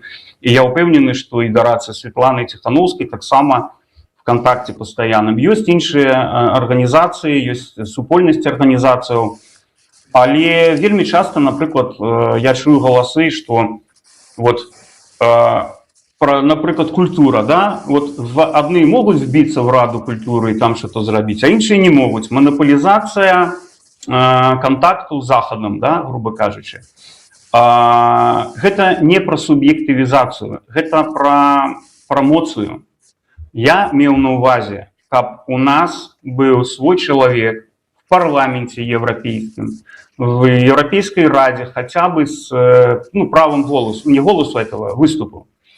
У нас мусяць быць прадстаўнікі, які кажуць, мы ад беларусаў выступаем вот в еўрапейскіх структурах. Гэта суб'ектывізацыя. А то, што грамадскія арганізацыі па сваіх каналах там размаўляюць, это добра. Ну, я сказал. Дякую. Можна, я выбачаюсь, але я вам пра гэта і казала, у нас ёсць такія прадстаўнікі. І гэта праца, якая ўжо сёння існуе. У нас ёсць прадстаўнікі, якія кажуць пра гэта. У нас ёсць дэлегацыя координацыйнай рады у парламенцкай асамблеі Рады Еўропы, у якой прадстаўнікі нашай фракцыі, Валер Мацкевіч, Александра Мамаева, я з'яўляюся сакратаркай гэтай дэлегацыі, мы ўжо сёння гэта робім. Дякую, вот цяпер зразумела. Координацыйная рада, дякую. Я вам пра гэта і адказвала. Ну, гэта пытанне, навошта мы туды ідзем. Так. Ну, у тым ліку дзеля суб'ектывізацыі. Дякую. Так, спадарыня Ксенія, у вас ёсць другое пытанне? Так, я ўсё ж таки хацела б задаць пытанне, асноўны пункт беларуская вызвольная армія, фракцыя воля. Я хацела б задаць пытанне, ці падтрымліваюць беларусы стварэнне арміі на тэрыторыі іншай дзяржавы, ці падтрымлівае вас рада камандзіру, таму што у нас ужо ёсць полк Каліноўскага. Послухайте, а беларусы вы каго маеце на увазе? Бо сацыялогію вам ніхто не зробіць, як вы разумееце. То есть мы можем кіравацца толькі адчуваннямі. Каго вы маеце на увазе пад словам ці падтрымліваюць беларусы? Я маю на увазе беларусаў унутры краіны і беларусы ў дыаспары. Мы маем магчымасць задаваць гэтае пытанне.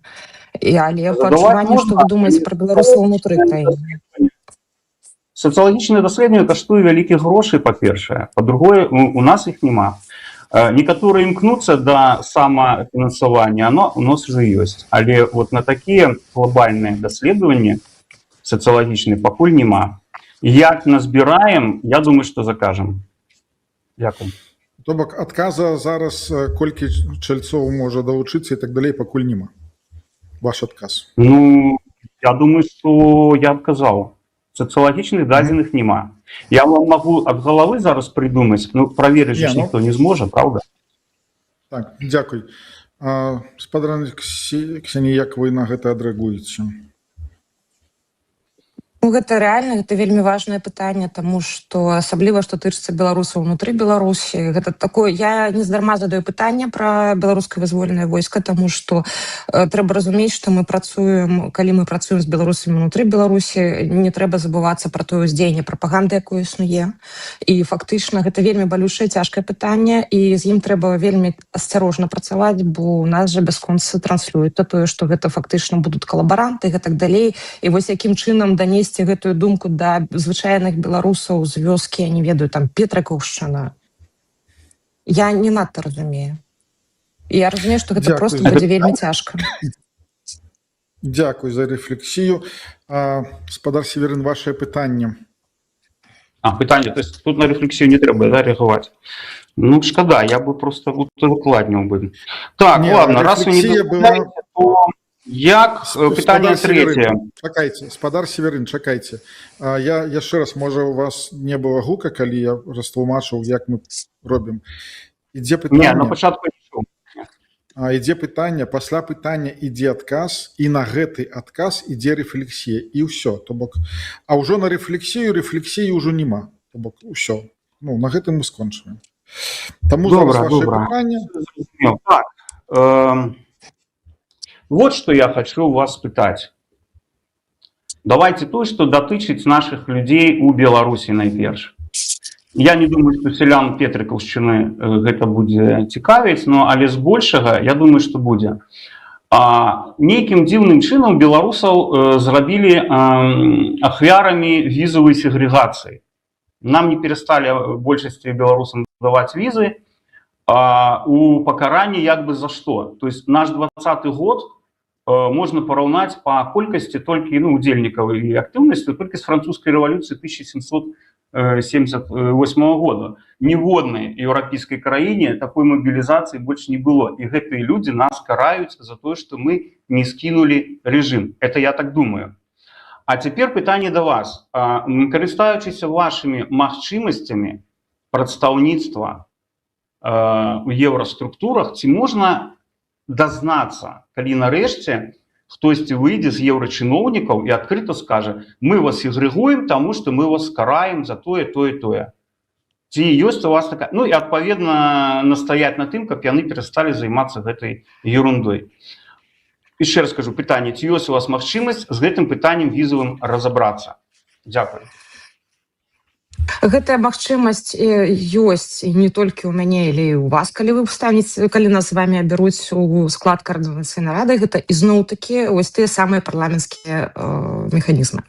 На сённяшні дзень пытанне, візавае пытанне, гэта адно з галоўных пытанняў, якое мы пастаянна ставім пры размовах з еўрапейскімі палітыкамі, з еўрапейскімі парламентарамі. Мы пастаянна даносім вельмі важную думку, што калі беларусам абмяжоўваецца колькасць віз, фактычна вы схіляеце беларусаў на ўсход.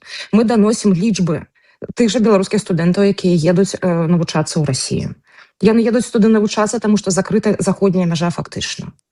Ёсць адказ такі фармальны, нефармальны, але мы маем адказ пра тое, што скарошана колькасць супрацоўнікаў у консульствах, у пасольствах, у амбасадах, і фактычна не хапае супрацоўнікаў дзеля таго, каб выдаваць візы у той колькасці, у якой гэтыя візы патрабуюць беларусы.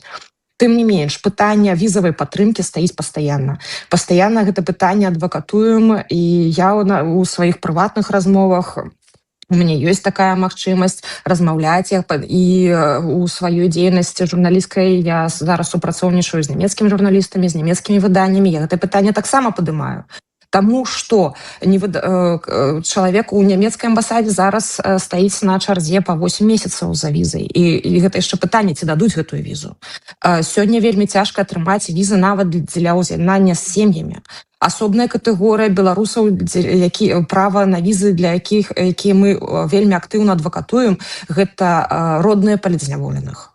Гэта самае балючае, і тут, дзякуй Богу, ідуць насустрач і разумеюць. Гэта яшчэ адно пытанне, якое таксама заўжды асобна артыкулюецца, гэта візы для моладзі, гэта візы дзеля навучання ў еўрапейскіх інстытуцыях. Таму што, калі мы не жадаем, Беларусь — гэта частка Еўропы. Мы людзі еўрапейскай культуры. І для Еўропы значна лепш будзе, калі іх мяжа будзе не па Бугу праходзіць, а па ўсходняй мяжы Беларусі. І даць беларускай моладзі, беларускаму студэнцтву магчымасць атрымліваць адукацыю за мяжой у Еўропе. Гэта адзін з найгалоўнейшых крокаў для беларускай еўрапейскай будучыні, дзеля бяспекі самой Еўропы. І мы гэтую думку бясконца даносім. І я не думаю, што хтосьці стане і скажа, што вось мы вас сегрэгавалі. Ну, еўрапейцы ніколі гэтага не скажуць, але тое, што гэта пытанне вельмі балючае, так, і яны таксама гэта разумеюць. Пра сегрэгацыю, я думаю, што размова не ідзе. Ну, конечно, але яны кажуць аб тым, што гэта пытанне бяспекі. Яны кажуць, што гэта пытанне бяспекі. Дзякуй, гаспадар Северын, ваша рэфлексія на адказ. Моя рэфлексія такая, што натуральна ніводзін палітык не скажа, што ён сегрэгуе беларусаў як габрэяў у 30-е гады ў нацысцкай Нямецчыне, таму што ён адразу вылеціць з палітыкі. Але де-факто прыблізна так яно выглядае. Беспраўныя людзі, якіх ціснуць з усіх бакоў, і зверху іх яшчэ дабівае еўрапейскі палітык. Таму з імі трэба не прасіць, а размаўляць патрабавальным тоне. Я не магу, я на дадатковай ахове. А вось беларус ужо з пашпартам еўрапейскай краіны зможа размаўляць у такой танальнасці патрабавальнай, а не прасяшчай. І я заклікаю, у прынцыпе, нашых гледачоў уже шырэй выйсці за кантэкст і падумаць пра тое, што ад беларусаў з еўрапейскімі пашпартамі будзе все болей, уже неўзабаве десяткі тысяч будзе. І мы можам стварыць еўрапейскую палітычную арганізацыю, якая і суб'ектывізуе нас нарэшце ўжо ў межах закона як агульнаеўрапейскага, так і краін нашага прыбывання. Дзякуй. Гаспадар Северын, значыць, глядзіце, вы з адказам Ксеніі згодны? Як меня цікавіць больш рэакцыя на адказ Ксеніі, а не прапановы? Працягнуў думку, гаспадар Александр. Ксенія сказала, як магчымасці Координацыйнай рады і іх фракцыі ў межах. Я это зразумеў, што тут мне згаджацца. Людзі працуюць як могуць. Ад маёй згоды ці не згоды. Я не перастану працаваць. Я просто развіў думку далей, што бы мы маглі разам, потому што я не бачу апанента як праціўніка. Наадварот, я думаю, што нашы фракцыі, нашы блокі маюць там 95% кропак судачынення, і нам ёсць пра што паразмаўляць пра супольныя праекты на нашы тэмы. Но гэта пакуль што не тут. Зараз у нас дэбаты. Зараз у нас дэбаты і пытанні да праграм. Ужо калі гэты пытанні будуць агучаны і так далей, тады ўжо і будуць вырашацца. А я звяртаюсь зараз да гледачоў. Ёсць апытанка, вы можете паставіць свой голас за Ксенію, за гаспадара Северына, ці голас супраць усіх, ці я не планую галасаваць. Але ж я вас прашу не спяшацца. Трэба, як я лічу, трэба адразу паслухаць, прапановы, там, што людзі кажуць і так далей, і потым ужо вызначыцца са сваім голасам. Ніколі не аддавайце свой голас неабдумана.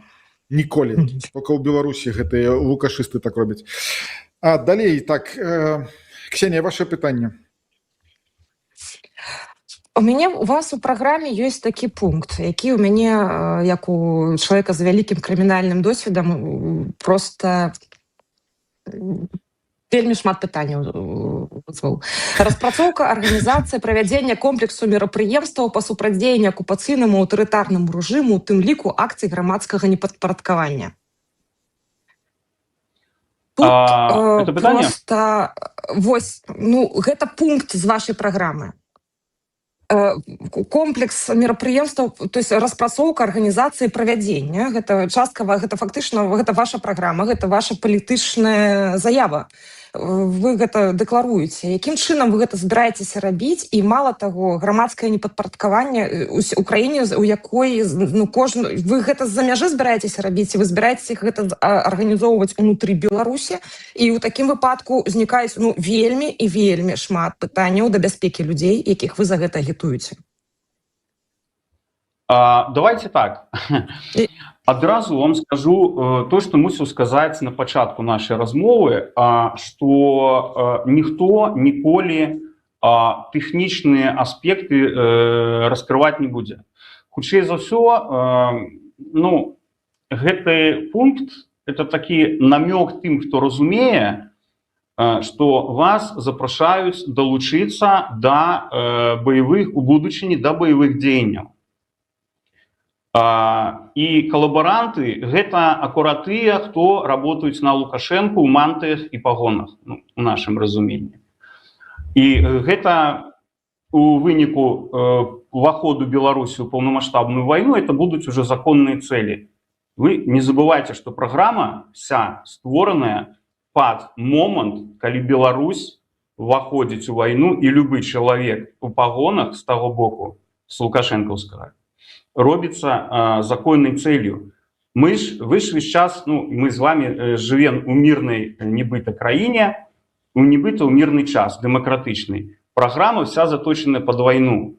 Так яе трэба разглядаць. Тэхнічны момант ніхто не будзе распавядаць. Просто чыстай логікай. Шановныя гледачы і Ксенія, падумайце, няўжо вы думаеце, што Польша вот просто мірна ціха спіць, ставіць плот на мяжы з Беларусі, больш нічога она не робіць. Натуральна, што это краіна НАТО, натуральна, што ёсць выведка, натуральна, што ёсць генштаб, натуральна, што ёсць план на такую сітуацыю, на такую, на такую, на такую. Праграму волі складалі ваенныя людзі, якія прайшлі вайну, і яны цудоўна разумеюць, як дзе што працуе. Таму фактычна гэты пункт, про які вы спыталі, это такі адкрыты намёк. Мужыкі альбо дзяўчаты, калі вы хочаце взять удзел у вызваленні Беларусі фізычным чынам, далучайцеся, а там мы вам уже распавядзем. Падкрэсліваю, гэта моя персанальная інтэрпрэтацыя, таму што у такіх праграм ёсць куча варыянтаў, на то яны і шырокавектарныя, каб захапіць увагу большай колькасці людзей. Дзякую.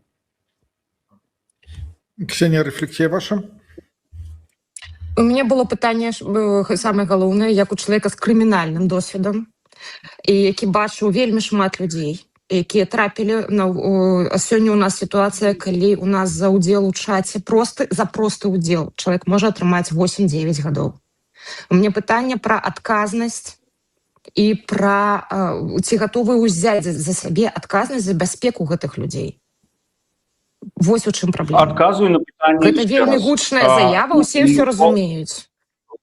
Гучная заява, сама праграма і сама, фактычна ўжо арганізацыя ствараецца, рух з часам можа перарасці ў штосьці большае, разлічана на вядзенне на сітуацыю вайны. Якая там крымінальная адказнасць падчас вайны? Ты альбо хаваешся, альбо ты удзельнічаеш у супраціве. З гэтага боку ўжо падрыхтаваныя людзі. Чаму вы думаеце, што яны будуць ехаць на танкі? Яны могуць быць дзе заўгодна, разумееце? Гэта ўжо дэталі, пра якія ў эфірах не размаўляюць проста. Дзякуй. Калі можна, дарэфлексую. Праграма сённяшняя. Сёння няма вайны. Людзі сёння да вас далучаюцца. Сёння людзі далучаюцца на тэрыторыі свабодных краін. Ніхто з Беларусі нікога не цягне. Наадварот, мы сігналізуем нашим братам і сёстрам у Беларусі. Мы тут, в свабоднай краіне, думаем, як дапамагаць вас вызваліць. Дзякуй. Пераходзім да іншага пытання. Значыць, да іншага я маю на ўвазе, што спадар Северын можа задаць сваё пытанне Ксенii. Гэта ўжо будзе трэцяе. Я вам скажу так. Не, я уже задал 4, по-моему. Это будет 5-е мое. Ну, может, неважно. Давайте будет- я все ж таки задам такое питание Это будет 4. екзистенційного характеру. Ну, 4, да. Екзистенційне питання. Ви, Ксенія, от особисто ви, это пункт А питання, і пункт Б ваші колеги. Ви ввогуле разглядаеце саму магчымасць, што заўтра, паслязаўтра Беларусь уваходзіць у вайну, і яна робіцца мішэнню просто, і все наши людзі там. Ці вы не дапускаеце такой думкі? Я пачну асабіста з сябе. Калі пачалася вайна, я была ў СЮЗа нумар 1 на Валадарскую. І я бачыла, што адбывалася знутры сістэмы, бачыла рэакцыю. І таму, што такое вайна, я побачыла і нежаданне гэтай вайны, і не надта цэнзурныя фразы супрацоўнікаў унутраных войскаў таксама. Потым я правяла амаль 2 гады ў Гомелі, дзе вайну ты чуеш і бачыш у небе. Кожную вечаровую праверку ты бачыш ланцужкі старлінкаў, як мінімум. Таму тое, што вайна магчыма, я, уласна, вельмі добра разумею. І я думаю, я не маю права казаць за кожнага члена нашай фракцыі, але я ўпэўнена, што ўсе гэта разумеюць. Што гэта найвялікшая рызыка. І што мы павінны намагацца вось якраз такі суб'ектаваць беларусаў і даносіць думку да палітыкаў і даносіць думку да еўрапейскіх народаў нават, што беларусы і Лукашенко гэта не адно і тое ж. І каб як мінімум гэта вельмі важна, каб нас не разглядалі народ як суагрэсара. Тое, што ў нас з'яўляецца саўдзельнікам агрэсіі галоўнакамандуючы, зразумела. І гэта, што тычыцца асабіста мяне, для мяне гэта страх і жудасць за маю краіну, таму што я б вельмі не хацела прыхода вайны на нашу тэрыторыю. Але, на жаль, Лукашенко сёння робіць усё, ён бяжыць туды нейкімі семімільнымі крокамі, потым ён адступае.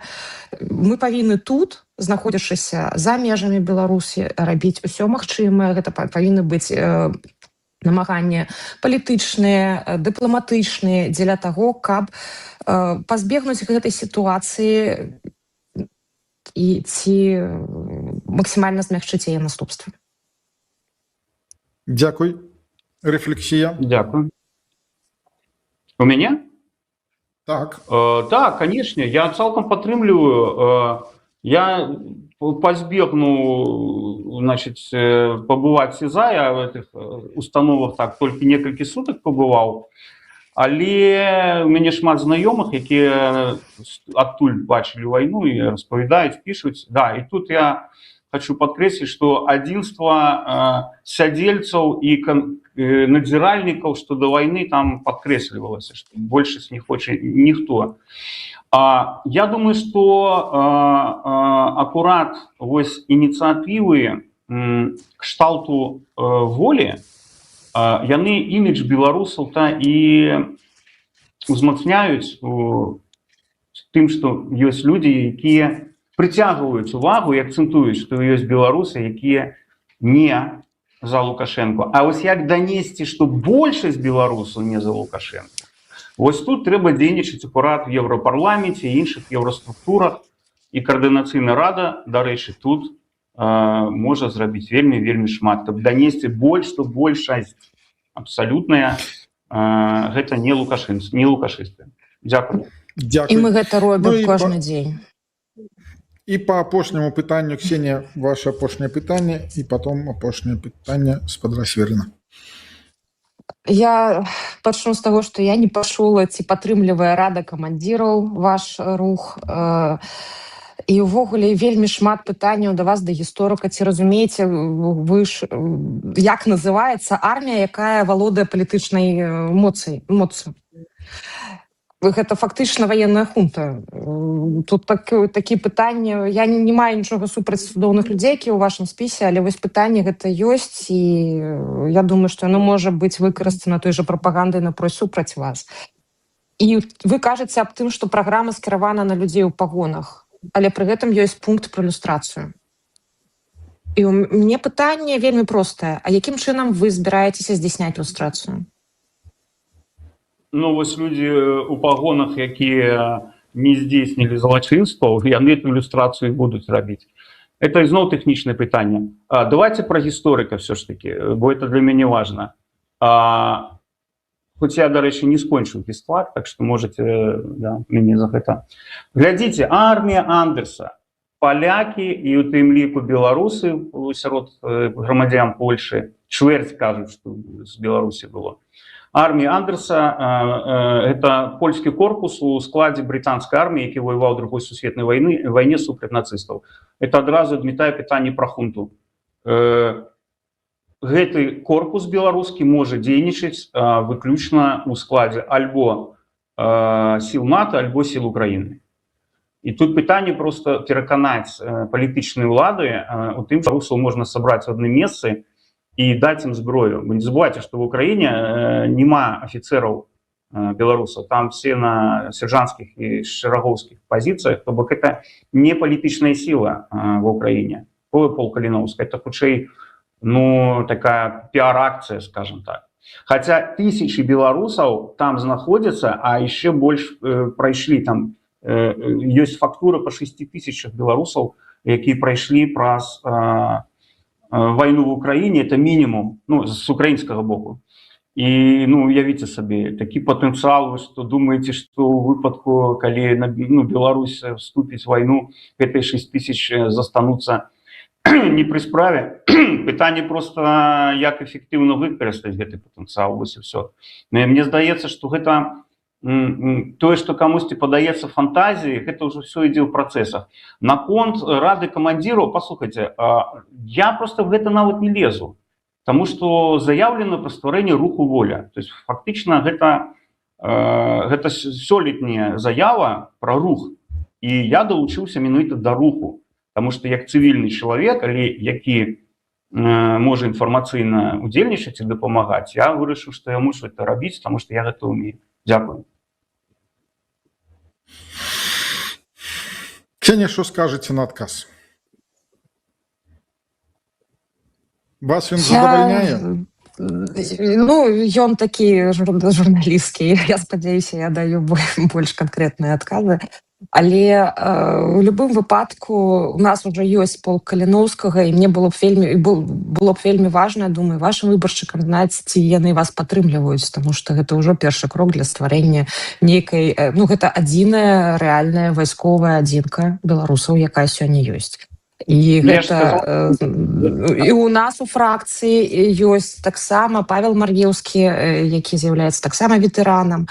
Я вельмі паважаю людзей, якія ваююць сёння за свабоду Украіны, таму што я разумею, што яны ваююць і за нашу свабоду, потому што без вырашэння праблемы, за якую сёння змагаюцца украінцы, нам, на жаль, немагчыма вырашыць нашы. Мы вельмі в звязку вельмі моцным.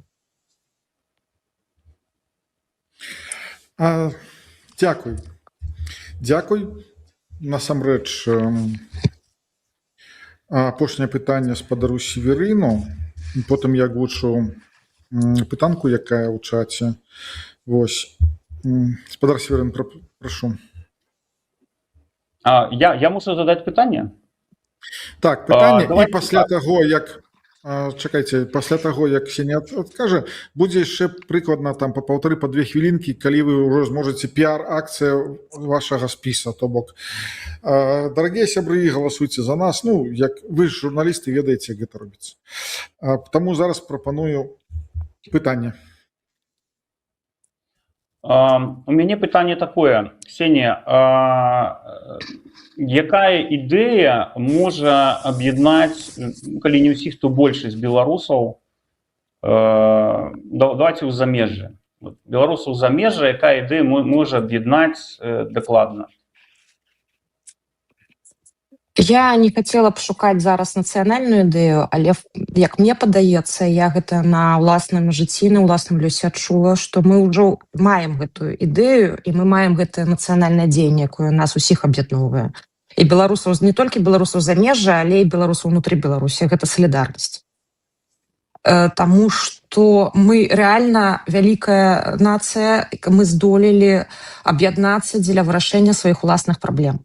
Мы сёння, знаходзячыся за мяжой, мы фактычна пачалі будаваць такую протадзяржаву, калі, у маім выпадку гэта была такая крыху машына часу, калі я зразумела, што амаль пасля 4 гадоў я бачу, што ў нас існуюць і фактычна протадзяржаўныя органы, у нас існуе і протапарламент выбарчы, у нас існуе выканаўчая ўлада, у нас існуе прадстаўнічая ўлада, і мы фактычна самі маем магчымасць, калі не вырашаць цалкам нашыя праблемы тут, але уплываць на іх вырашэнне, прадстаўляць свае інтарэсы.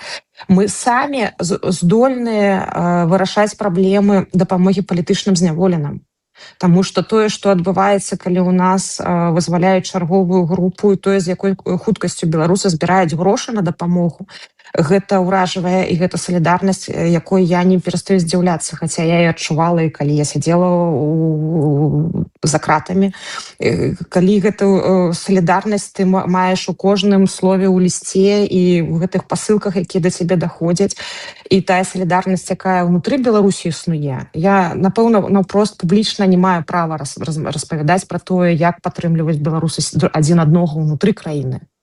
І гэта рэальна абсалютна дзіўная рэч, і гэта наш скарб нацыянальны, які мы здабылі, і я думаю, што ніхто ніколі ў нас ужо яго не забярэ. Дзякуй. І салідарна мы маем магчымасць вырашыць усе нашыя праблемы. І вырашыць і пытанне мовы, і пытанне культуры. Дзякуй. Я лічу, што гэта не дзіўна, насамрэч, што так атрымліваецца, таму што беларусы заўсёды дапамагалі друг другу. У нас, Я выбачаюся, дзіўна, што гэта захоўваецца столькі гадоў. Таму што ўсе ў сваіх праблемах, і пры гэтым застаюцца сілы на іншых людзей. Гэта цудоўна. Тут маё меркаванне, што гэта цудоўна, але для мяне гэта не дзіўна, насамрэч, таму што, я просто ведаю, як заўсёды ўжо шмат гадоў людзі дапамагалі заўсёды друг другу, і калі ў кагосьці беда, ці яшчэ нешта, людзі ў нас заўсёды дапамагалі. Вось. Таму гэта вельмі цудоўна. Але ж я не здзіўляюсь, шчыра кажу. А вы паглядзіце на рускіх і іх палітзняволеных, ці ёсць там такое? Мы розныя зусім. Вось і ўсё, таму гэта наша. Не маюць до нас ніякага. Гэта наша адметнасць. Гэта наша адметнасць. Зараз ёсць нейкі час, каб вы ўжо за свой спіс зрабілі такое прамову. Ксенія, прашу вас. Паважаныя глядачы, паважаныя выбаршчыкі, галасуйце за еўрапейскі выбар. Чаму? Таму што мы каманда прафесіяналаў, экспертаў, менеджераў, якія аб'ядналіся, кожны з нас асоба, але мы аб'ядналіся ў адзіны спіс дзеля таго, каб свой досвед прынесці на карысць беларусаў. За кожным з нас стаяць рэальныя справы. За намі стаяць і сервісы, і прадукты, стаяць прафесійны досвед і экспертнасць, і рэальная кампетэнтнасць. Мы здольныя бачыць праблему і не толькі казаць пра яе, але рабіць крокі дзеля яе вырашэння. Мы за прафесійны падыход. Мы мяккая сіла. Мы за вырашэнне праблем беларусаў ужо сёння, і мы гэта робім. Мы за пабудову будучыні крок за крокам, якую трэба пачынаць рабіць сёння. Мы ўпэўнены, што галоўная каштоўнасць Беларусі – гэта чалавек. І таму ўжо сёння большасць нашых ініцыятыў, яна менавіта пра людзей і для людзей. Мы сканцэнтраваны на гэтым. І калі вы пачытаеце нашу праграму, то вы убачыце, што найвялікшы блок нашай праграмы менавіта сацыяльны, таму што мы пра людзей, і наш еўрапейскі выбар, то тыя лепшыя еўрапейскія практыкі, якія мы жадаем забраць і прынесці ў Беларусь, гэта якраз такі пра чалавека, пра практыкі, пра палітыку для чалавека і для дзяржавай для чалавека. Мы чуем галасы беларусаў, і ад гэтых пытанняў знізу мы ідзем далей. Мы чуем і разумеем рэальныя праблемы беларусаў без розніцы, ці гэта беларусы ўнутры краіны, ці яны знаходзяцца па-за межамі нашай цудоўнай сінявокай краіны. І мы робім усё, каб ужо сёння палепшыць нашае жыццё. У тым ліку выкарыстоўваючы парламенцкія механізмы, міжнароднае супрацоўніцтва. Так, мы выехалі з Беларусі, але Беларусь у кожным з нас засталася, і ніхто ніколі яе адтуль не забярэ. Мы маем магчымасць, і мы будзем галасамі тых, хто сёння голаса не маем. Мы ведаем, што такое, я асабіста ведаю, што такое, калі ў цябе забралі голас і права выбара. І вось калі ён ёсць, яго трэба выкарыстоўваць на поўную. Галасуйце за еўрапейскі выбар, мы нумар 2 у перадвыбарным спісе. Дзякуй. Падрыхтавались вы, я бачу. Гаспадар Северын, зараз вы пра реклама свайго спіса, каб чальцы, там людзі, якія прынялі рашэнне галасаваць за Каацыйную раду, каб галасавалі непасрэдна за спіс «Рух воля». Шановные глядачи, я просто хочу вам сказать, что вы присутнічаеце фактично при нараджэнні новой з'явы, гэта «Рух воля», а не толькі фракцыя. Чаму галасаваць за саму фракцыю? Паўтаруся, што на тэрыторыі краін еўразвяза мы працуем над іміджам беларусаў як саюзнікаў. В першую чаргу, это першы пункт. Другі пункт. Все ж таки суб'ектывізацыя на палітычным узроўні, то есть добра, што грамадскія арганізацыі нас прадстаўляюць, але я хочу, каб людзі з пашпартамі ЕС прадстаўлялі нас грукаючы, калі трэба по мікрафоне, каб мы былі не прасіцелямі, а уже маглі патрабаваць. Это другое. Ну і трэцяе, на момант, не дай бог, будзе вайна уже на тэрыторыі Беларусі, тыя, хто захочуць удзельнічаць у дапамозе нашим братам і сёстрам там, звяртайцеся, і все это, я думаю, что будзе легальна і безумоўна ў межах закона той ці іншай краіны.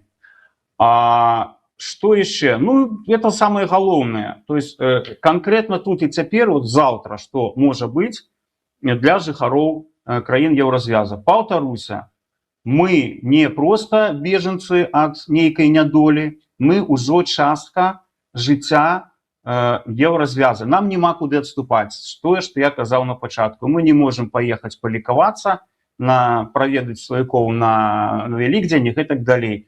Мы хочам ці не, мы частка працэсаў унутры еўразвяза, і воля будзе всяляк дапамагаць нам тут развівацца. Дзякуй. Дзякуй за тое, што далучылись да эфіра, за тое, што распавялі пра і праграмы, і звярнулись. Вялікі дзякуй, і жыве Беларусь. Жыве вечна. Итак, сябры, скончылася, значыць, так, зараз я побачу, што там за пытанкай вам агучу. Прагаласаваў насамрэч не шмат людзей, канешне. Ну, глядзіце, ось, ну, адразу давайте пра пытанку. Так, Северын Квяткоўскі 31%, Ксенія Луцкіна 42%, супраць усіх 11%, то бок нашыя, скажем, спікеры пабядзілі тых, хто супраць усіх, і не плануе галасаваць 17%. Але ж, канешне, ну, я просто бачу, колькі людзей далучаецца да эфіра, колькі людзей піша каментары, прысутнічае ў пытанках, потым, канешне, яшчэ дабірае эфір там і так далей. Канешне, хтосьці скажа, вось на беларускай мове эфіры ідуць, вось пра нейкія непанятныя КР, пра нейкія там, пра нейкую неўнятную палітыку, ну і так далей. І ведаеце, што я да гэтага ставлюсь нармалёва, як не дзіўна. Нармалёва. Таму што тое самае адбываецца і ў іншых краінах, дзе ўсё ж такі, ну, Венгрыя зараз як бы па-за рысамі гэтага ўсяго, па-за межамі, а вось тое адбываецца і ў іншых краінах там і так далей. Але ж У іншых краінах, большасці, ну, у еўразвязе, там, чалавек можа жыць, ну, сваё жыццё свабодна, у яго ёсць магчымасцей проста капец. Нас гэтых магчымасцей усіх, вось гэта у лукашэнкаўская крымінальная ўлада проста лішыла. Вось. І што з гэтым рабіць? Я лічу, што вось людзі, якія будуць прыходзіць у эфір, яны і будуць распавядаць, што з гэтым рабіць, якія ёсць прапановы. Таму не забываем, што канальчык нас экстрэмісцкі, лайки можна ставіць, распаўсюджваць тока паміж знаёмымі і так далей. Калі вы знаходзіцесь у Беларусі, гэтага лепш не рабіць. Лепш не распаўсюджваць, таму што за кратамі, ну, як бы не вельмі там добра. Вось я вам скажу шчыра. І ўсё ж такі пачынаем неяк думаць о будучыні. А будучыня гэта якраз і ёсць тая самая палітыка, якой мы і пра якую я і пытаюся распавядаць на нашым канале. Таму усім дзякуй, хто далучыўся, всем дзякуй за тое, што прагаласаваў, і жыве Беларусь.